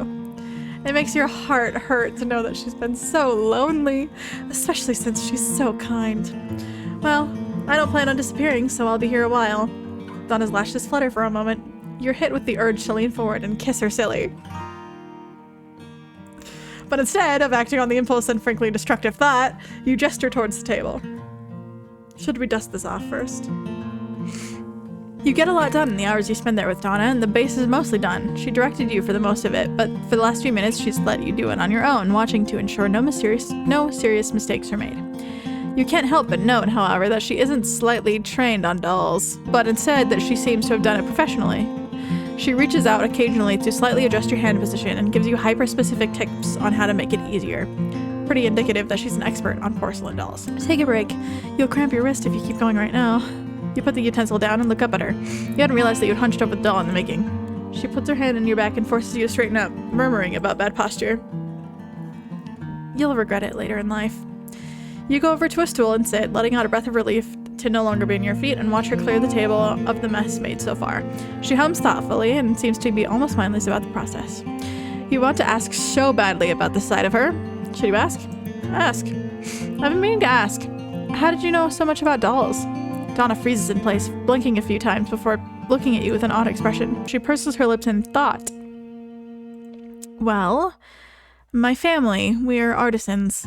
We were particularly known for our dolls, although some of us would paint every few generations. You listen keenly, always happy to learn more about the quiet woman you work for. Actually, her face twists for a moment, pain flaring behind her eyes. My sister, Claudia, she was known for music more than anything. The only doll she ever made was with me. We actually named her Angela. You start in a surprise. Yes, my sister, freshly off the fentanyl, named my niece after that silly doll. Fentanyl, what the frick? Her mouth spreads faintly into a faintly amused smile. But my father made the dolls mostly. Our mother learned how, but she tended to veer more towards household things. Her cooking was always the best, and my father tried. Let's just say he wasn't meant for cooking. After they died, I made dolls under the Beneviento name for quite some time before it felt far too painful and ended up abandoning the work. Taking care of gardens has always been a hobby, so I thought to open a shop for things like that. She looks off to the side, relaxed. Actually, she looks more relaxed to you than she had in a long time. In short, it was a family business. You think about what she's told you and stand, walking over tentatively. Why, if it was so painful? I have already told you, silly. Your breath catches in your throat at her innocent smile. It's jarringly full of joy, and it makes you want to capture it and keep it forever. Thank you for letting me talk about them. I haven't been able to talk with anybody for so long. She hesitates before gently letting her fingertips rest against your jaw. I suppose I have a lot to thank you for, actually. Do I even have the time? Something possesses you at her words. All the time in the world. I'm afraid I quite like you. Her eyes widen and she seems to lean in slightly, swaying at the possibility of your words. However, you're a chicken shit and you know that it isn't right to put your feelings on her mind. Put your feelings for her on her mind when she's obviously going through so much. Your shop. I like working. Oh my god, I'm gonna stop talking. I like working there too. You and Donna only spend another 2 hours before.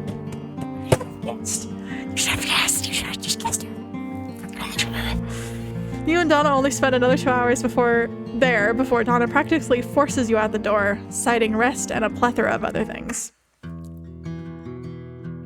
You make it all the way back to the shop, which has been effectively closed for the duration of this field trip, and as you walk, you chew on your lip. You hadn't been thinking of it much, but for some reason your brain had reminded you of the increasing number of vaguely threatening flowers you've been receiving, some with notes, some without. All of them a warning to stay away from the very woman you're with right now. Hey, Donna, she hums an acknowledgement as she unlocks the door to let you and her in. Can I ask for your advice on something? Yes? She seems surprised you would ask her anything at all, which is rather strange considering all you've been doing lately is asking her things. Well, this is gonna sound crazy, but I've been receiving these packages, and you go on to explain the arrival of the flowers and the most frightening one yet, the oleander. Your main question is how you should proceed. You want to find out who's been sending these flowers and trying to threaten you away from Donna. But her face becomes more and more sour the longer you talk. So you end up stopping for a moment to inspect her facial expression a little better than before. Stay away from whoever is sending you those packages. Stay away. But I'm not fucking around. Her fists are clenched and your eyes widen as you look at them before looking back up at her. Stay away. When you finally leave, Donna crumples into a chair, rubbing her face in exhaustion. The doorbell rings, and since it's locked, the only other person who knows where the spare is... Auntie? Donna scrambles up from her chair and walks quickly over to where Angie is no doubt waiting. Bambola. I'm assuming that means niece. What brings you here so late? Angie shifts from her right foot to her left, chewing nervously on her lips. Well... No! You don't get to be mad at me for keeping secrets when you won't tell me anything. Only another 10 minutes have passed, but Donna stands rigidly in the center of the shop while Angie leans closer towards the door, both of them red from screaming at each other. I'm sorry that I cannot tell you, but it's for your own good. You cannot leave this town, and if somebody is telling you otherwise, I'd recommend you stop hanging around them. Tell me why. No. Angie lets out a frustrated scream and in a rare fit of anger, smashes the nearest thing she can, fuming with rage. It's almost been 2 hours. I've been reading for so long. The potted freesia. I don't know flowers. I'm not a flower person. Nobody gets me flowers. Potted freesia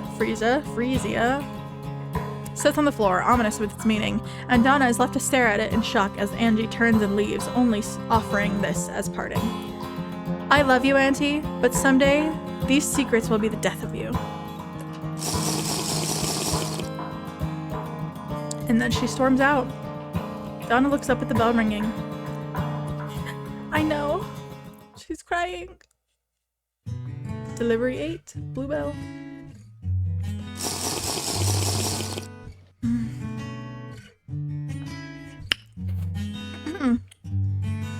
You spin your keys around your finger as you walk, hearing spinning smoothly around you as you watch idly.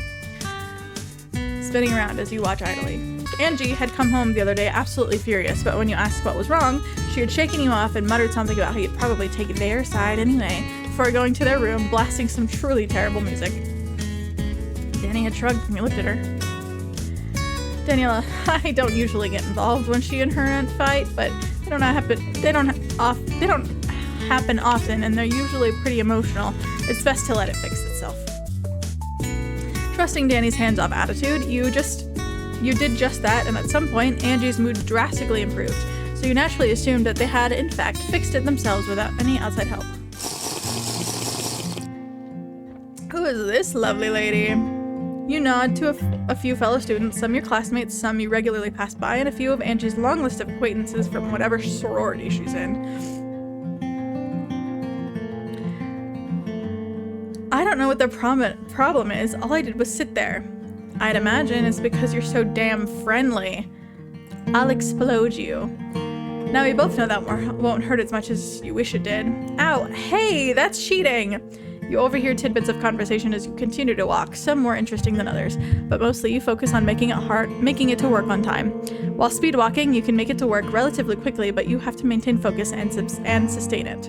Turning, you allow your keys to spin off your finger, and you reach up to catch them before they catapult into the street and pocket them.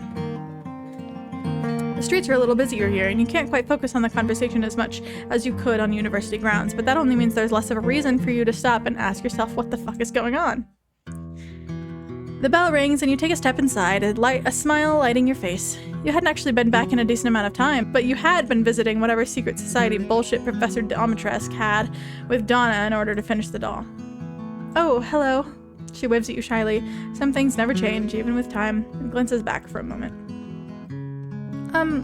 I thought you could do something different today. You pause what you're doing, moving in autopilot before. Okay. What did you have in mind? Donna gets a little red under your stare, but sets her shoulder in an effort to be brave. I thought I could teach you how to take care of some of the nursery plants. You raise your brows in surprise. She had mentioned that, should you stay long enough and not, kill the already safely grown flowers, then she would show you, but you had totally forgotten about that. Really? Are you sure? She nods. Please put the gloves on if you would. She gestures to a pair of similar ones that she has on. You use a much less heavy-duty version up the front as you handle them less than Donna does. You do as you're told and follow her into the back. I'm obedient. She walks all the way to the very end of the nursery, and on the counter, you can see the Phrygia sitting there, looking rather sad with no home. The best way to teach you is kind of personal. Are we gonna ghost this? You look at her. Like, physically, or... Like, I'll have to stand right next to you and show you and be really close to make sure you're doing it right. It all comes out in one messy sentence, but you piece together enough to understand she's embarrassed about how close she's going to have to be to you in order to truly get her point across.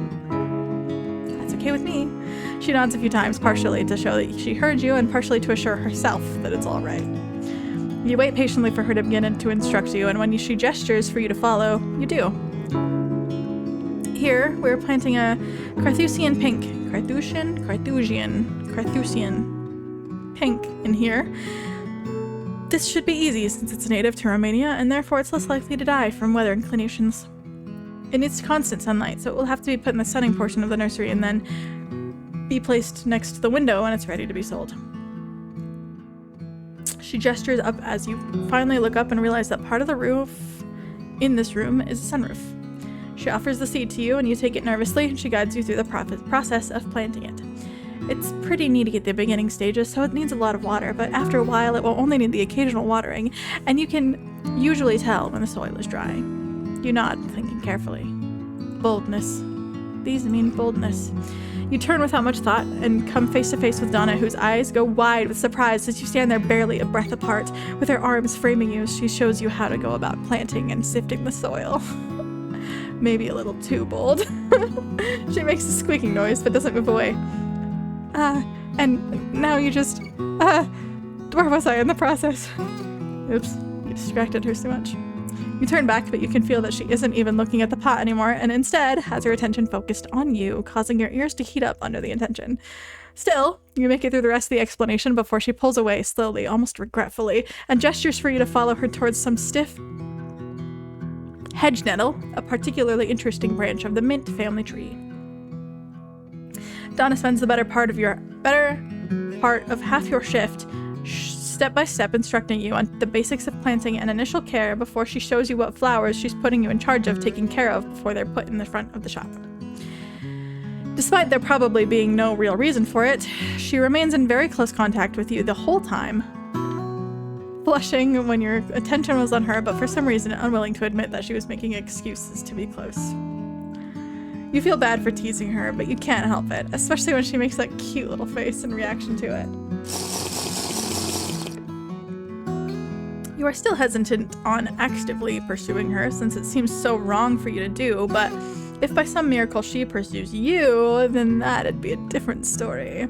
You know, Angie said she didn't care, but you aren't about to find out on purpose whether or not she'd flay you for liking her aunt. You hear the front doorbell ring and you glance at Donna, who seems to almost be scowling at the noise. Should I go help them, or... Whatever is affecting her desire to not have customers disappears, and she gets the very familiar deer in headlight look at the idea of going out there, and you smile comfortably at her. Don't worry, I got it. I'll be back in a moment. Oh god, what have you done now? Much to both of our surprise, nothing. I'm not here for me. I'm waiting for my sister. The bell rings again, and you quickly determine that this might end up being your worst nightmare, as Danny and a very resistant Bella walk in. Resistant?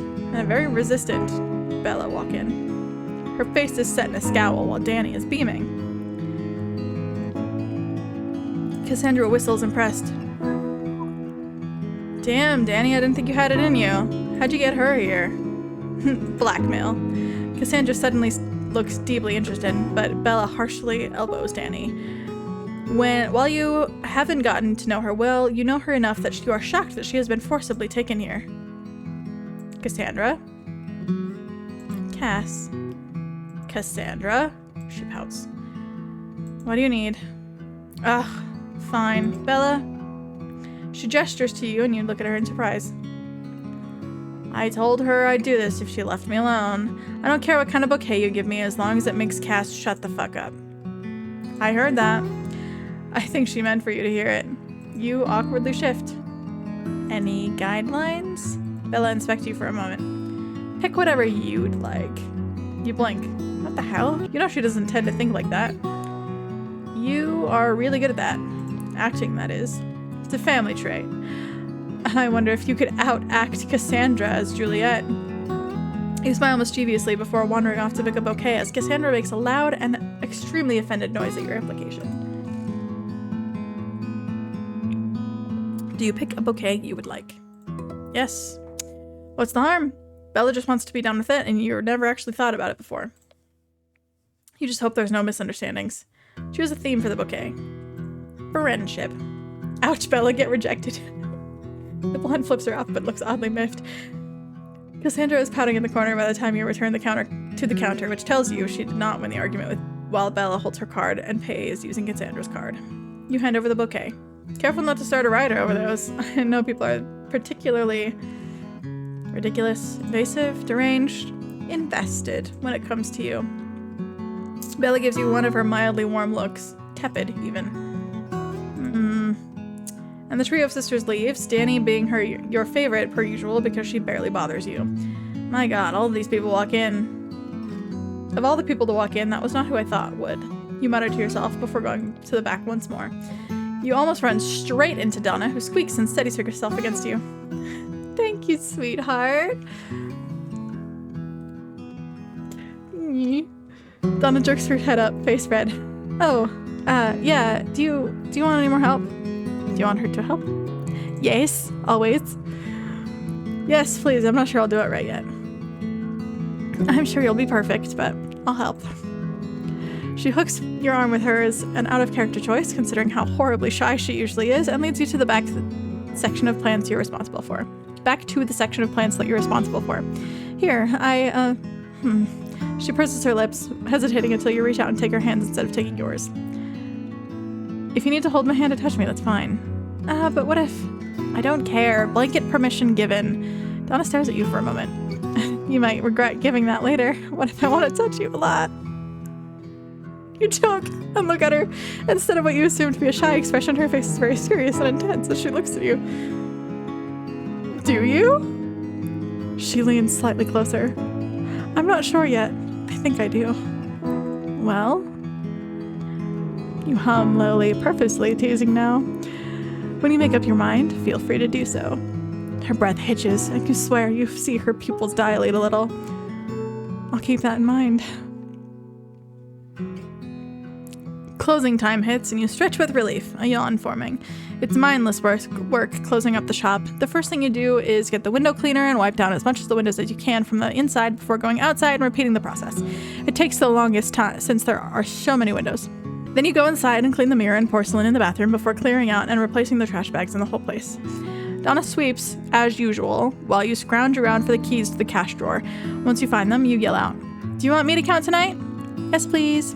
The time of the day is when she's the loudest. She hasn't spoken all day, and you know she finds it easier when there's little to no chance of someone else hearing her other than you or Angie. Counting the cash drawer is about the only stressful part of closing, mostly because it's so easy for cash to get stuck to each other, which makes it incredibly easy to lose count, which usually means you place it on the counter. But that means you have to be facing the door in order to see if anybody's intent on smashing through the window to steal the money.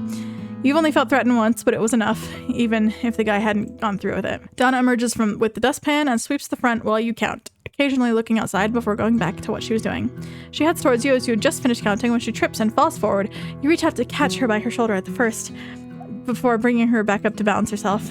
"Oh, are you okay?" "Yes, she giggles. "I suppose you could say I've fallen for you." It's terrible. Oh no.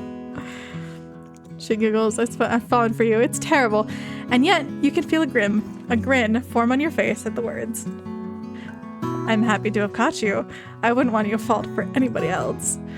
You murmur in response, hesitantly bringing a hand to brush her hair out of her face. You don't want to frighten her, and you know how touchy she can be about her scar. She lets you touch her face with no problem and even leans into it a bit, though you aren't totally sure. "Yes, thank you for catching me." She looks up at you and you can feel the different meanings layered in her tone. "Always." "Watch her." Cornelius. A crow hops on the ground next to the figure before letting out an ugly caw. They scribble something down on a torn piece of paper and offer their arm out for the crow to perch on. Then they tie the paper to the leg of the crow, Cornelius. She's going to be furious when she reads it. Ruffling his feathers, Cornelius takes flight, and the figure gathers their things and stands with a stretch. I wonder if the Devourer has any more ideas for pranks. I've been rather bored recently. Finishing up closing takes longer than expected, but eventually you and Donna gather enough brain cells to complete the basic task left on your list. Arriving at your front door, you pick up an envelope, brows furrowing as your handwritten name catches your eye. Who could this be from? In furious and panicked writing, and reads very simply and very familiarly. You do not know Beneviento as I do, Feather. It's for your own good that you stay away from her. It will only end in misery. But by far, the most alarming part of the note is the sign-off. Mother M. Oof. Mother Miranda. Ugh. So, you turn from your computer, sensing that she's addressing you and not the passed-out Danny on the couch. You remember that conversation we had a while back about how I'd find it absolutely hilarious if you dated my aunt? Yeah? Good. Keep that in mind. What? When you arrive at work, you frown. The entire shop is dark, and when you inspect the newly bought plum blossoms, you can see that they haven't had their initial watering. Donna? You barely make your way to the back, picking up the clippers on the way in case you need to defend yourself. What? It's the sharpest thing you could find on short notice. You go into the nursery and it's even darker than the front. The only light given from the partial sunroof. Donna! Concern is starting to build, and you slowly make your way to the end of the nursery, arm tensing the further you go, with no sign of life other than the flowers. When you hit the end, you turn sharply at a wine and see Donna asleep on the counter, hair partially in the dirt that has been splattered on it. This might have been cute, except her brows are furrowed and her cheeks are red. And at the top of it all, she makes a pained whine every time she exhales. Cautiously, you put down the clippers and walk over, resting a hand on her shoulder. She stirs almost immediately and frowns when she realizes where she's fallen asleep. And you have to ask, did she spend the night here? She shakes her head slowly after a moment. No, got here early. She wheezes it out, and that's all it takes for you to commit to your theory. Sweetheart, I think you're sick. Almost immediately, Donna makes a noise of protest and tries to stand, swatting you away half-heartedly. No, I'm fine. No, I'm fine. Not sick. She whines when you grab her hands gently to guide her back to sit down. No, sweetheart. You are sick. She whines against you, squirming weakly. I can't be sick. I have to open the shop. Need to open. Darling. You murmur sweetly, brushing her hair from her forehead, which is hot to the touch. You need to rest. I'll open the shop, alright? I need to— what kind of YN? This is so long. You need to rest. I'll open the shop, alright? I need you to go home so you can rest. She wheezes panickedly. No! She shrinks against you, using you as support. Don't like being alone when I'm sick. Oh, so you are sick. She weakly pushes you with her arm. Mean, tricked me. Alright, alright. You kiss the top of her head without thinking. If you promise to rest back here, I'll let you stay, and I won't call Angie on you, but you have to rest and stay back here and do absolutely no work, alright? Okay. I promise. You hummed to yourself. Do you have any blankets? But I'm hot. But it will be more comfortable than the counter. Oh, in the kitchen. You make sure she sits down before going into the kitchen and searching the cabinets for a blanket. After finding one, which is oddly hidden in the very back and very difficult to get to, you go back into the nursery and fold the blanket on the counter for her to lay her head on. Here, if you get uncomfortable, come and tell me, alright? She nods, whimpering softly. You coo gently at her before going up to the front and opening the shop. Your first few customers are easy, barely even a problem, and easily forgettable. They know what they want and don't argue with you when you give them the price. Perfect customers. Then, because you're on a streak of difficult customers showing up at ill-opportune times, she walks in. This is worse. You feel nauseous. Hello, headmaster. It occurs to you that she's actually headmistress. Well, too late now. What can I help you with? Where is Donna? She frowns, agitated by your presence. God, she's so hot. She isn't feeling well at the moment, so she's unavailable. Can I help? The headmistress stares at you, blue eyes striking and all-seeing. I don't understand why you won't take the hint. Pardon? Can't you feel it? Can't you tell when you— There's a clatter in the back and Donna stumbles out, looking haggard. I need your help. I just tried to— She stops short, seeing Miranda, before she peels her lips back in what can only be described as a snarl. We're closed. I have warned you repeatedly to stay away. Get out. She shrieks as best as she can. It's still clear from her voice that she's unwell, but your brain can barely comprehend what's happening before you. Beneviento, I won't let you take another one. Get out now, mother. The room goes quiet and the air sucked out of it, and you find yourself wide-eyed and gobsmacked as the two glare at each other. What kind of crazy adopted family shit is going on here?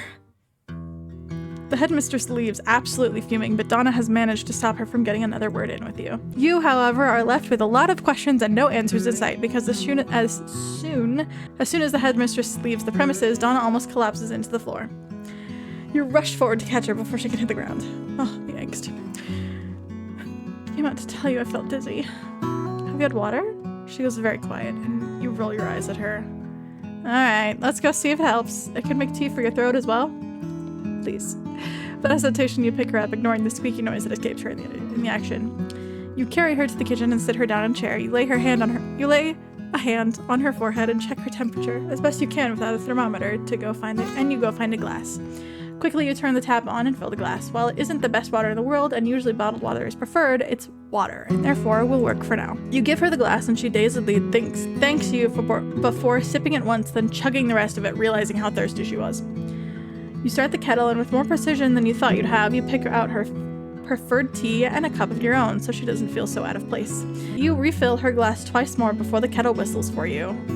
Slower than last time, because last time it whistled like immediately. You refill her glass twice more before the kettle whistles for you, and you steep the tea as minimally as possible before returning with the teacup and another glass of water. Take it slower. I don't want you to throw up water. It doesn't feel good. throwing up doesn't feel good in general, but if you're gonna throw up something, water and tea are gonna be the best things to throw up. Donna makes a small whiny noise at your instruction, but seems to follow it anyway. She sips the tea regularly, alternating between the two while you sit opposite to her with your own warm beverage. She blinks slowly, eyes unfocused, and looks up at you, suddenly frowning in focus. What did Mother want to talk to you about? Or I suppose, what was she talking to you about before I interrupted? You shrug. I'm not totally sure. She was going on about how she didn't understand how I couldn't tell, seemed pretty agitated about it.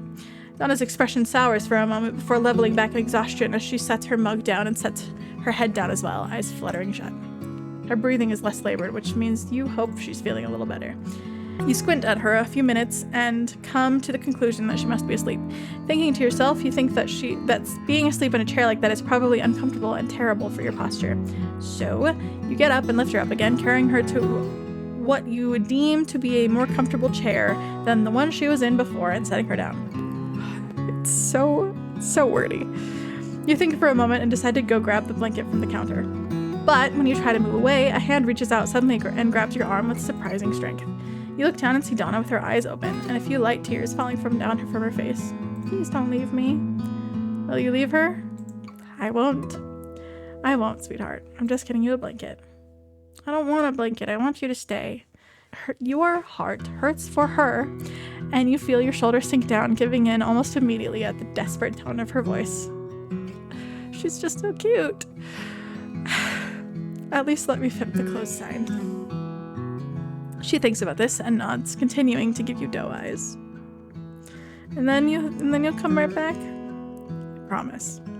She settles in the chair, intent on waiting for you before she allows herself to go to sleep. Really, you can't believe you let her convince you not to make her go home at the beginning of the day. You go to the front and flip the sign and lock the door for good measure before returning. She's still up and looks at you slowly before almost childishly reaching out for you. All right, here, you lift her slightly so you can hold her against you, and she latches onto you, immediately nuzzling into you. To me, that's what I do to my husband all the time. You're probably gonna get sick off of this.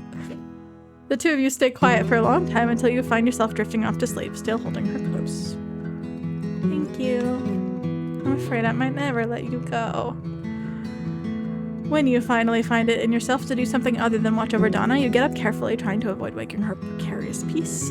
Once you successfully escape the room without waking your patient, you walk around freely. You haven't actually done a full-blown exploration of the shop yet, so now is a perfect time to do so without interruptions. You haven't been wandering along when you start to hop back and forth on your feet, and you slip backwards suddenly while exploring the far left of the shop. With a squeak, you catch yourself from falling and look at the ground. There's a floorboard out of place now. Curious, you lift it to find a small box. And before you can even realize what you're doing, you've lifted it and opened it, only to gasp in surprise. It's a secret ledger full of orders. And Donna's handwriting is distinctly different handwriting than you're used to, but then again, everything seems to be written in Italian. But even with the language barrier, you can still understand a few names. She keeps track of everything, likely in the name of not misplacing anything. Regular intervals of elderberries, belladonna flowers, oleander. Wait. You think oleander to the hemlock that has been delivered to you so mysteriously, and check the date. The same day. Quickly, you read through the orders you can recognize. There's a lot of them. Nightshade, foxglove, you name it. And then in writing that seems almost furious, you see yew berries. And what you assume is the note section, Mia is named, followed by what you know to be Italian cuss words. What does this mean? You look at the handwriting a little closer and you realize that you do in fact recognize it as the same handwriting of your first note, and the note accompanying the oleander. Donna has been warning you to stay away from herself. Why?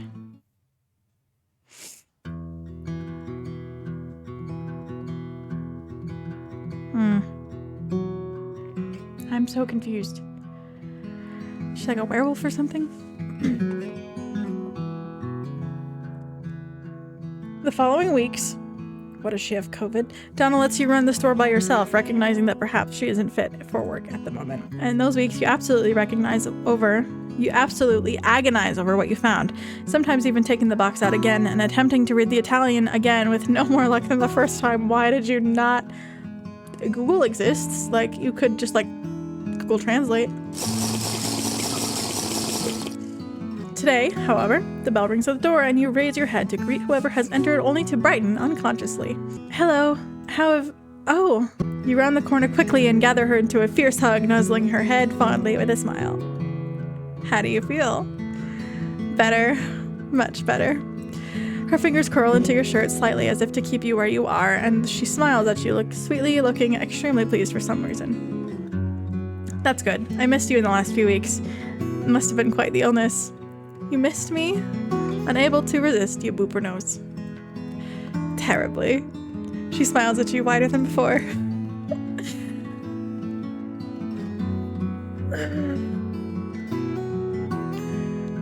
Well, maybe I missed you as well. God, you hope so. It wasn't really that bad. Angie was just very worried about me, and instead I'd take a break from work anyway. She wasn't wrong, was she? Half the time I'm convinced you're trying to work yourself to death. Donna hums thoughtfully. Perhaps at the time, I was. Your eyes widen in shock as she brushes your shoulders clean of dirt. Now, I think I have better things to work for. She hums happily and separates from you, dinging the front desk bell as she walks into the nursery. Ding. She's in a very good mood. The best mood you've ever seen her in. As long as you've known her, she's been gloomy and flighty for a very good reason. But now, it's like new life has been breathed into her. That break did her good. Wow. Hey, why does Cassandra always go straight to flowers when apologizing? Donna shrugs, or assuming she does, from the back. Saw it in a movie, probably. Something about that makes you choke on laughter. The irresistible Cassandra Dimitrescu taking cues from a movie. Why do I believe that?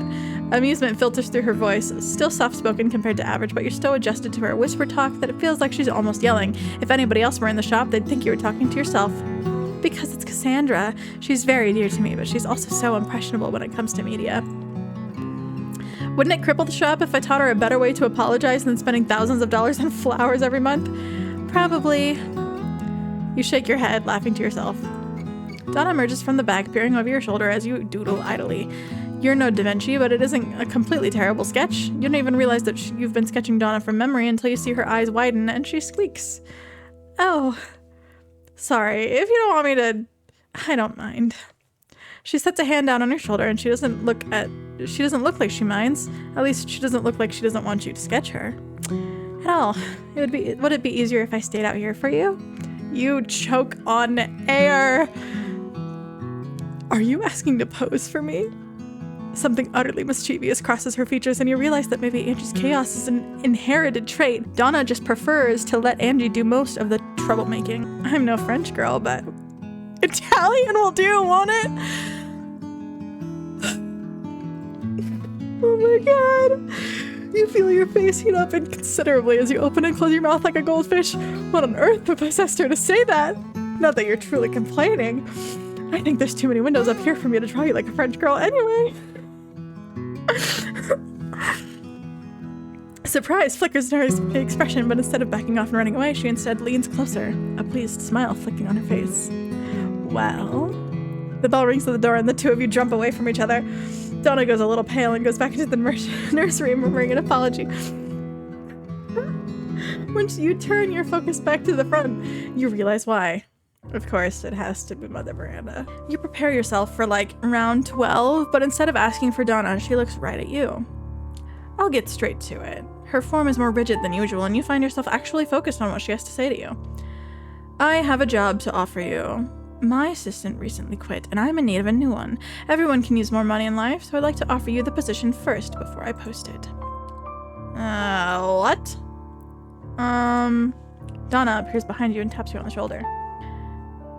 Please go into the back for a moment. Now. Your survival instincts tell you to do as you're told, and so you immediately go to the back.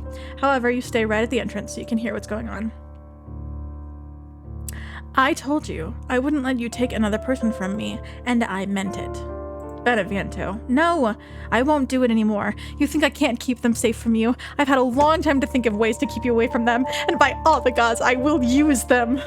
I am done. There's a silence in which you assume the headmistress sits staring at Donna. You're done? You assume Donna nods. Fine. Then you're done. Wait, What? Just like that? You hear the bell ringing again, and you assume the headmistress has left the building. You can come back out now. When you emerge, Donna is facing away from you, still shaking. But before you can get a word in edgewise, she whips around, anger clouding her face. You were going to leave. What? You promised you wouldn't, and yet you were going to. You were going to listen to her and leave me. I didn't even get a choice to say anything. Her fists clenched by her side and strides forward, grabbing the front of your shirt. What? Is she better than me? The convoluted megalomaniac bitch. You have no idea what's going on right now, but you do know that she's just cussed in English in front of you, and that's very distracting. Tell me what it is. Do you need a raise? More time off? What could possibly make her so fucking desirable when all she is it's mean? I don't even know what you're talking about. Of course you know what I'm talking about. You were going to say yes, weren't you? No, why would I say yes? She takes everyone from me, and if it's not her, then the big one, the tall one. I don't know how to pronounce her name. Her sister's first name is dripping with contempt, and she's not exactly talking about her mother kindly. They have a complicated relationship, that's for sure, but there's definitely a lot of unresolved jealousy going on as well. Jealousy. Oh. Donna, look at me. I do not want to go work for the headmistress. I don't even really like Professor Dimitrescu. I have no idea what is making you think I want or think those things. And if I'm being totally honest, I can't even identify why it would upset you so. I can't even identify why it would upset you so much. Don't play stupid. Stupid about what? I'm obviously in love with you. She's so sweet. What do you reply to that? Why would you say that? I love you too. Well, obviously I'm in love with you too. Her distraught expression flips to shock. You are? Of course I am. How have you missed it? She falters before suddenly walking forward and kissing you chastely. Short but full of emotion, she pulls back, still shaking from her previous anger. You love me too? You let the moment sit, beyond pleased that she feels the way she does. You were admittedly getting concerned that you wouldn't be able to hold it back for much longer and you wouldn't want to pressure her. But your brain forces you to remember that oh-so-important box you'd found before. Sweetheart. Yes, cara mia. Don't know how to speak Italian. You allow your lips to twitch upwards at the new nickname. She says it breathlessly and so full of love. I have a question. Might be kind of a downer. She pulls away, humming. Shall we sit then? You nod, and she leads you by the hand to the kitchen and sits down, still looking pleased with herself. Considering it all came out because she had a fit of jealousy over something that wasn't even happening, you have no idea why. Maybe a little bit of an idea. I've got no idea how to bring this up slowly or delicately, but while you were asleep, I stumbled upon a particular floorboard. Literally. It was actually kind of painful. Donna goes pale, which is quite the feat considering she's naturally deathly pale. Oh, Donna, why are you sending me those flowers? And the notes. Donna looks down for a moment. I struggle a lot when it comes to interaction with others, and I became attached to you so fast that I was concerned that you'd end up liking everybody else who has ever loved me. You'd end up like everybody else who has ever loved me, dead or in danger. So I tried to get you to leave on your own, except I didn't really want you to leave, so I couldn't bear to be mean to you. I only ever sent Oleander in the first note. If you received anything else, that wasn't me. Then what happened with the yew-berries? Fury ripples across her face at the mention. Mother Miranda holds tight control over a large portion of the student body. You'd be surprised what Mia Winters is capable of. Ooh, Mia Winters. It's been a minute since I play. I don't know a lot about these games. Anyway, what Mia Winters is capable of. I came back to the shop and immediately found what they'd been stolen from me. Miranda is very talented when it comes to the impossible. She wanted you dead, but not for long. She's particularly difficult with me about things. I tend to see past her more often than the others. But I'm done with her. She seems to be done with me as well. As long as I don't go around telling everybody else what she does, she'll leave me, you, and Angie alone. At least, I think she will. You think about their interaction and wonder privately if she's really done with Donna. With you, because for some reason she's so set on you. You don't have to worry about it anymore, I promise. You purse your lips and nod. You believe her. Are there any other secrets I should know about? Oh, and I already know about the desk one. Saw it ages ago. Donna's mouth drops open, shocked you'd stay for so long. Not that I'm aware. Great. When are you free next? You can see Mother Miranda sitting here at her desk. You really just let her go like that? Miranda taps her pen against the desk. Cornelius perched behind her. I'll admit, this time it's my fault. I've been so lax about her so far. Next time, I'll keep a better eye on Lady Beneviento. The blonde grimaces. She's been causing me trouble the last few runs anyway, and always out of reach somehow. You'd think she'd be easiest to control out of everybody. But no, cursed mind of hers. She scowls furiously. There's always next time. Special delivery. Bird of paradise. Come on, you can't honestly tell me that nothing happened. She hasn't frowned in days. Days, I tell you. What did you do? I didn't do anything. Why do you keep phrasing it like I cornered your aunt in a dark alley? Stop it. I bet she'd love it if you did. Angie! What? Is this weird? Kind of, but everything involving you is so weird, so I'm kind of used to it. Angie throws her head back and laughs before leaning in extremely close. No, but seriously, did you kiss or what? You heat up at the bluntness, but also out of fear because of the underlying threat in her tone. Well, this has been nice. Don't you dare. I've gotta go, bye. You can't run forever. You hover just outside the flower shop a few minutes before closing. The sky is more gray than usual, but it doesn't seem like it'll rain soon. Maybe tomorrow. 10 minutes before close, you see Donna flick the lights off early. You smile. She's just as excited about this as you are. And 5 minutes before closing, she flips the sign and opens the door, completely missing you and locking it from the outside with deep focus. Hey. She jumps up slightly and looks up before grinning at you. Hey. I can't help but notice that you're closing a little early. You raise your brow teasingly at her and she almost preens under your gaze. Perhaps I couldn't notice that you were here 30 minutes ago. You flush, but smile. Perhaps I was excited. So was I. The key is still in the door as the two of you stare at each other like teenagers new to love. Maybe the two of you are new to it. New to it like this, perhaps. Eventually, Donna returns her attention to properly locking up her shop and successfully pockets the key. You both have agreed to go on this date in your regular clothes to avoid being uncomfortable. You know Donna prefers things to be consistent, and going on a date was stressful enough without the added point of getting dressed for it. So, it's been a while since we went to the theater together.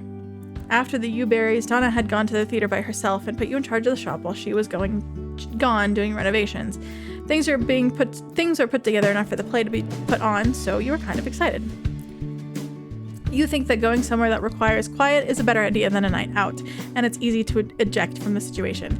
Besides, for all our bullshit, Cassandra would never half-ass a play, and Romeo and Juliet is sure to be good.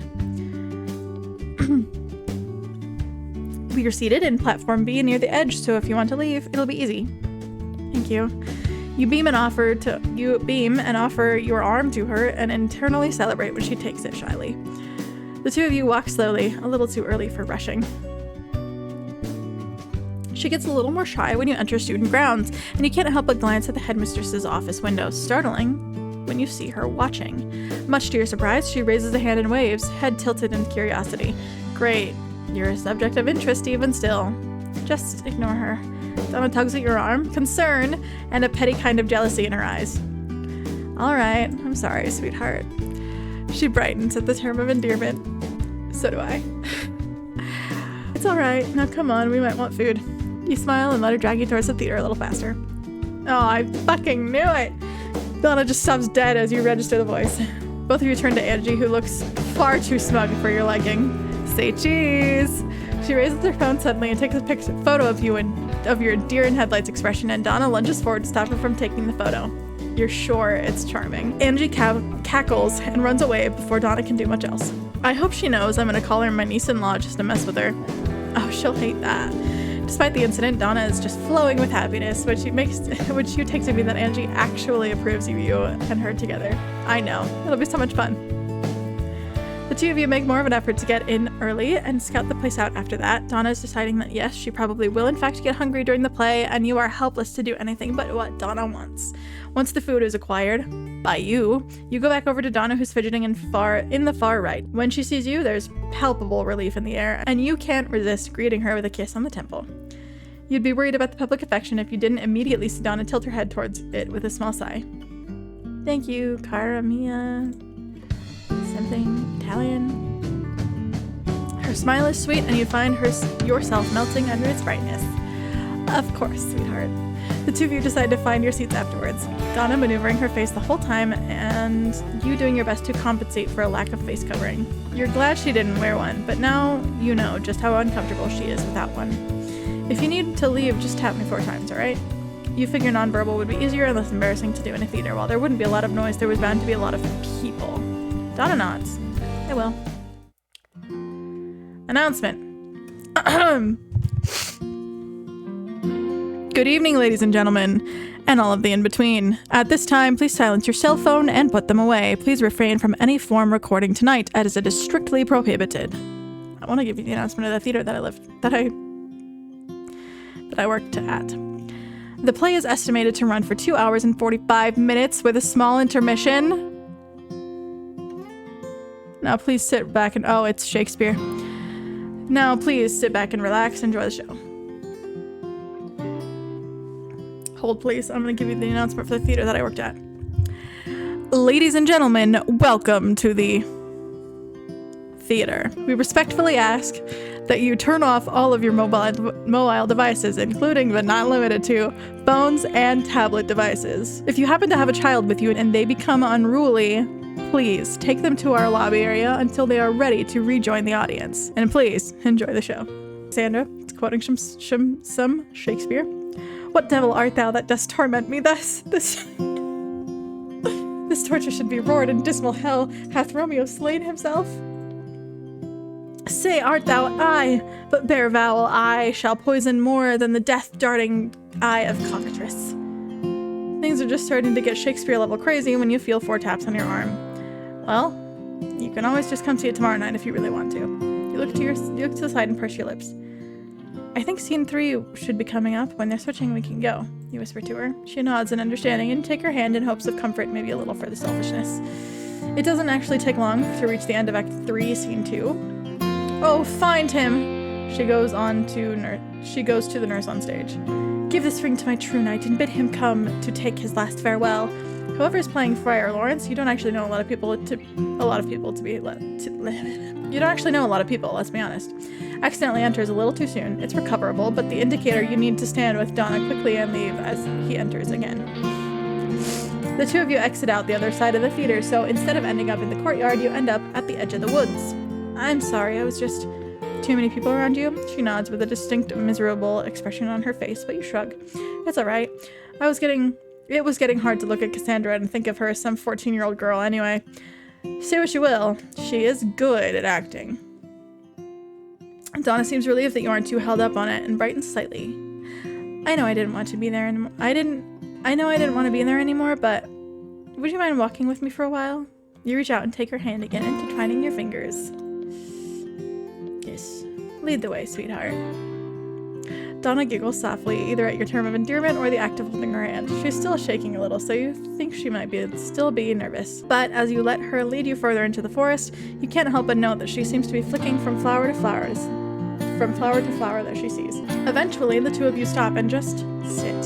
Donna tilts her head up toward the sky for a moment before looking back at the trees as you watch her. You can tell when she notices too because she starts to fidget and struggle to focus on what she herself is looking at. What? Is there something wrong? No. I just like looking at you. I'm such a tease. She makes a strangled noise at that and closes her eyes, jaw clenching. You're too sweet. She leans against you as she says this, though, and you do admittedly give a smug smile at the action. But I heard you have a sweet tooth, so doesn't that just work out? She whines and prods your shoulder at your continued teasing. All right, I'm sorry, I'll stop. You sit in silence for a while until Donna decides to break it. You know, before I met you, I don't think I realized how much I needed someone like you. It's contemplative, and with Donna that usually means sad, but you also know that she has got her emotions. She's got to get her emotions out somehow. Angie has been telling me already that I should leave the shop more and find other people to talk to, but it all seems so daunting. I had been alone for long enough to not know how not to be. What? I had been alone for long enough to not know how not to be. And then, naturally, she goes and dares someone to staying the night in the theater. She turns around and looks at you. You know she did that on purpose, right? Whatever she claimed it to be, she knew the whole time that you'd run into me and that we'd meet. I told her no again, and she took matters into her own hands. Would you believe that I was mad at her for it? She smiles. Now I'm quite glad my niece saw fit to play matchmaker. She reaches out and cradles your face. I don't really think you understand just how much you've changed my life. You could tell me. I'm always a fan of compliments. She taps your cheek scoldingly and you smile cheekily at her. I'm not lonely anymore. If it hits you square in the chest as she says it, and you feel yourself inch forward ever so slightly at her words. I would have never stood up for myself without you. Her head falls so that your foreheads are touching and she laughs breathlessly. I love you. It's so sweet. You grin, pressing yourself lightly into her hands, and it seems to trigger a reaction from her. She looks very determined in the moments right before, and you're too busy admiring her to notice any of the signs. She angles your face a little more than before, and kisses you. Almost immediately, you react by wrapping your arms around and pulling her closer to you. It's done without much thought, but it's obviously appreciated as Donna's hands get a little more possessive. When you separate from each other, Donna puts her hand on her lips, staring at you with dark, loving eyes. Oh dear, I'm afraid I might not let you go after tonight. Please don't. She lets out a shaky breath. I don't think you realize how attached I am to you. I don't want you to let me go. You can say it as firmly as you say it as firmly as you can, and obviously gets to Donna as her eyes flash with a similar fire to her jealousy. She probably isn't joking when she tells you to be wary just how possessive she's going to be, but right now you don't really care.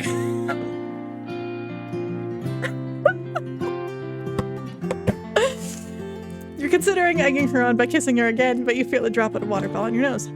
Oh, come on. Donna realizes at the same time you do. It's about to rain. It is raining. You felt the drop. Oh god, let's get to the shop before it starts too. And almost like you summoned it yourself, it starts pouring rain. Both of you scramble up and quickly head towards the shop, and you take her hand in your own as you pick up the pace. By the time you get close, both of you are running. There isn't really a clear point to it anymore since you are both soaked, but it's almost fun. Almost. Rounding the corner and making it to the door, Donna struggles with her keys for a moment, water dripping down her face as she unlocks the door. As soon as it's open, the two of you go inside.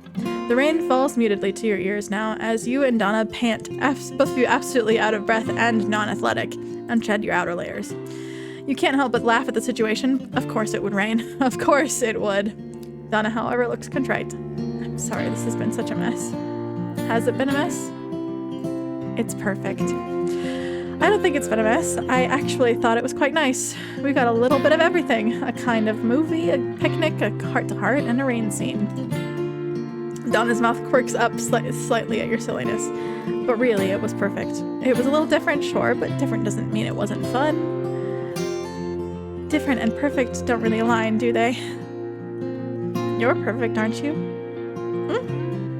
Her face goes blank before it gets very, very red, and she turns away from you slightly as if to hide it.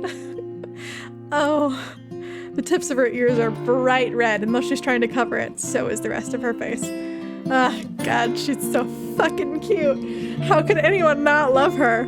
You look out to see the rain letting up a little. We should probably take advantage of the slightly less heavy rain before it decides to come back. Donna hums from behind you and stands next to you. Probably. You get the feeling neither of you will.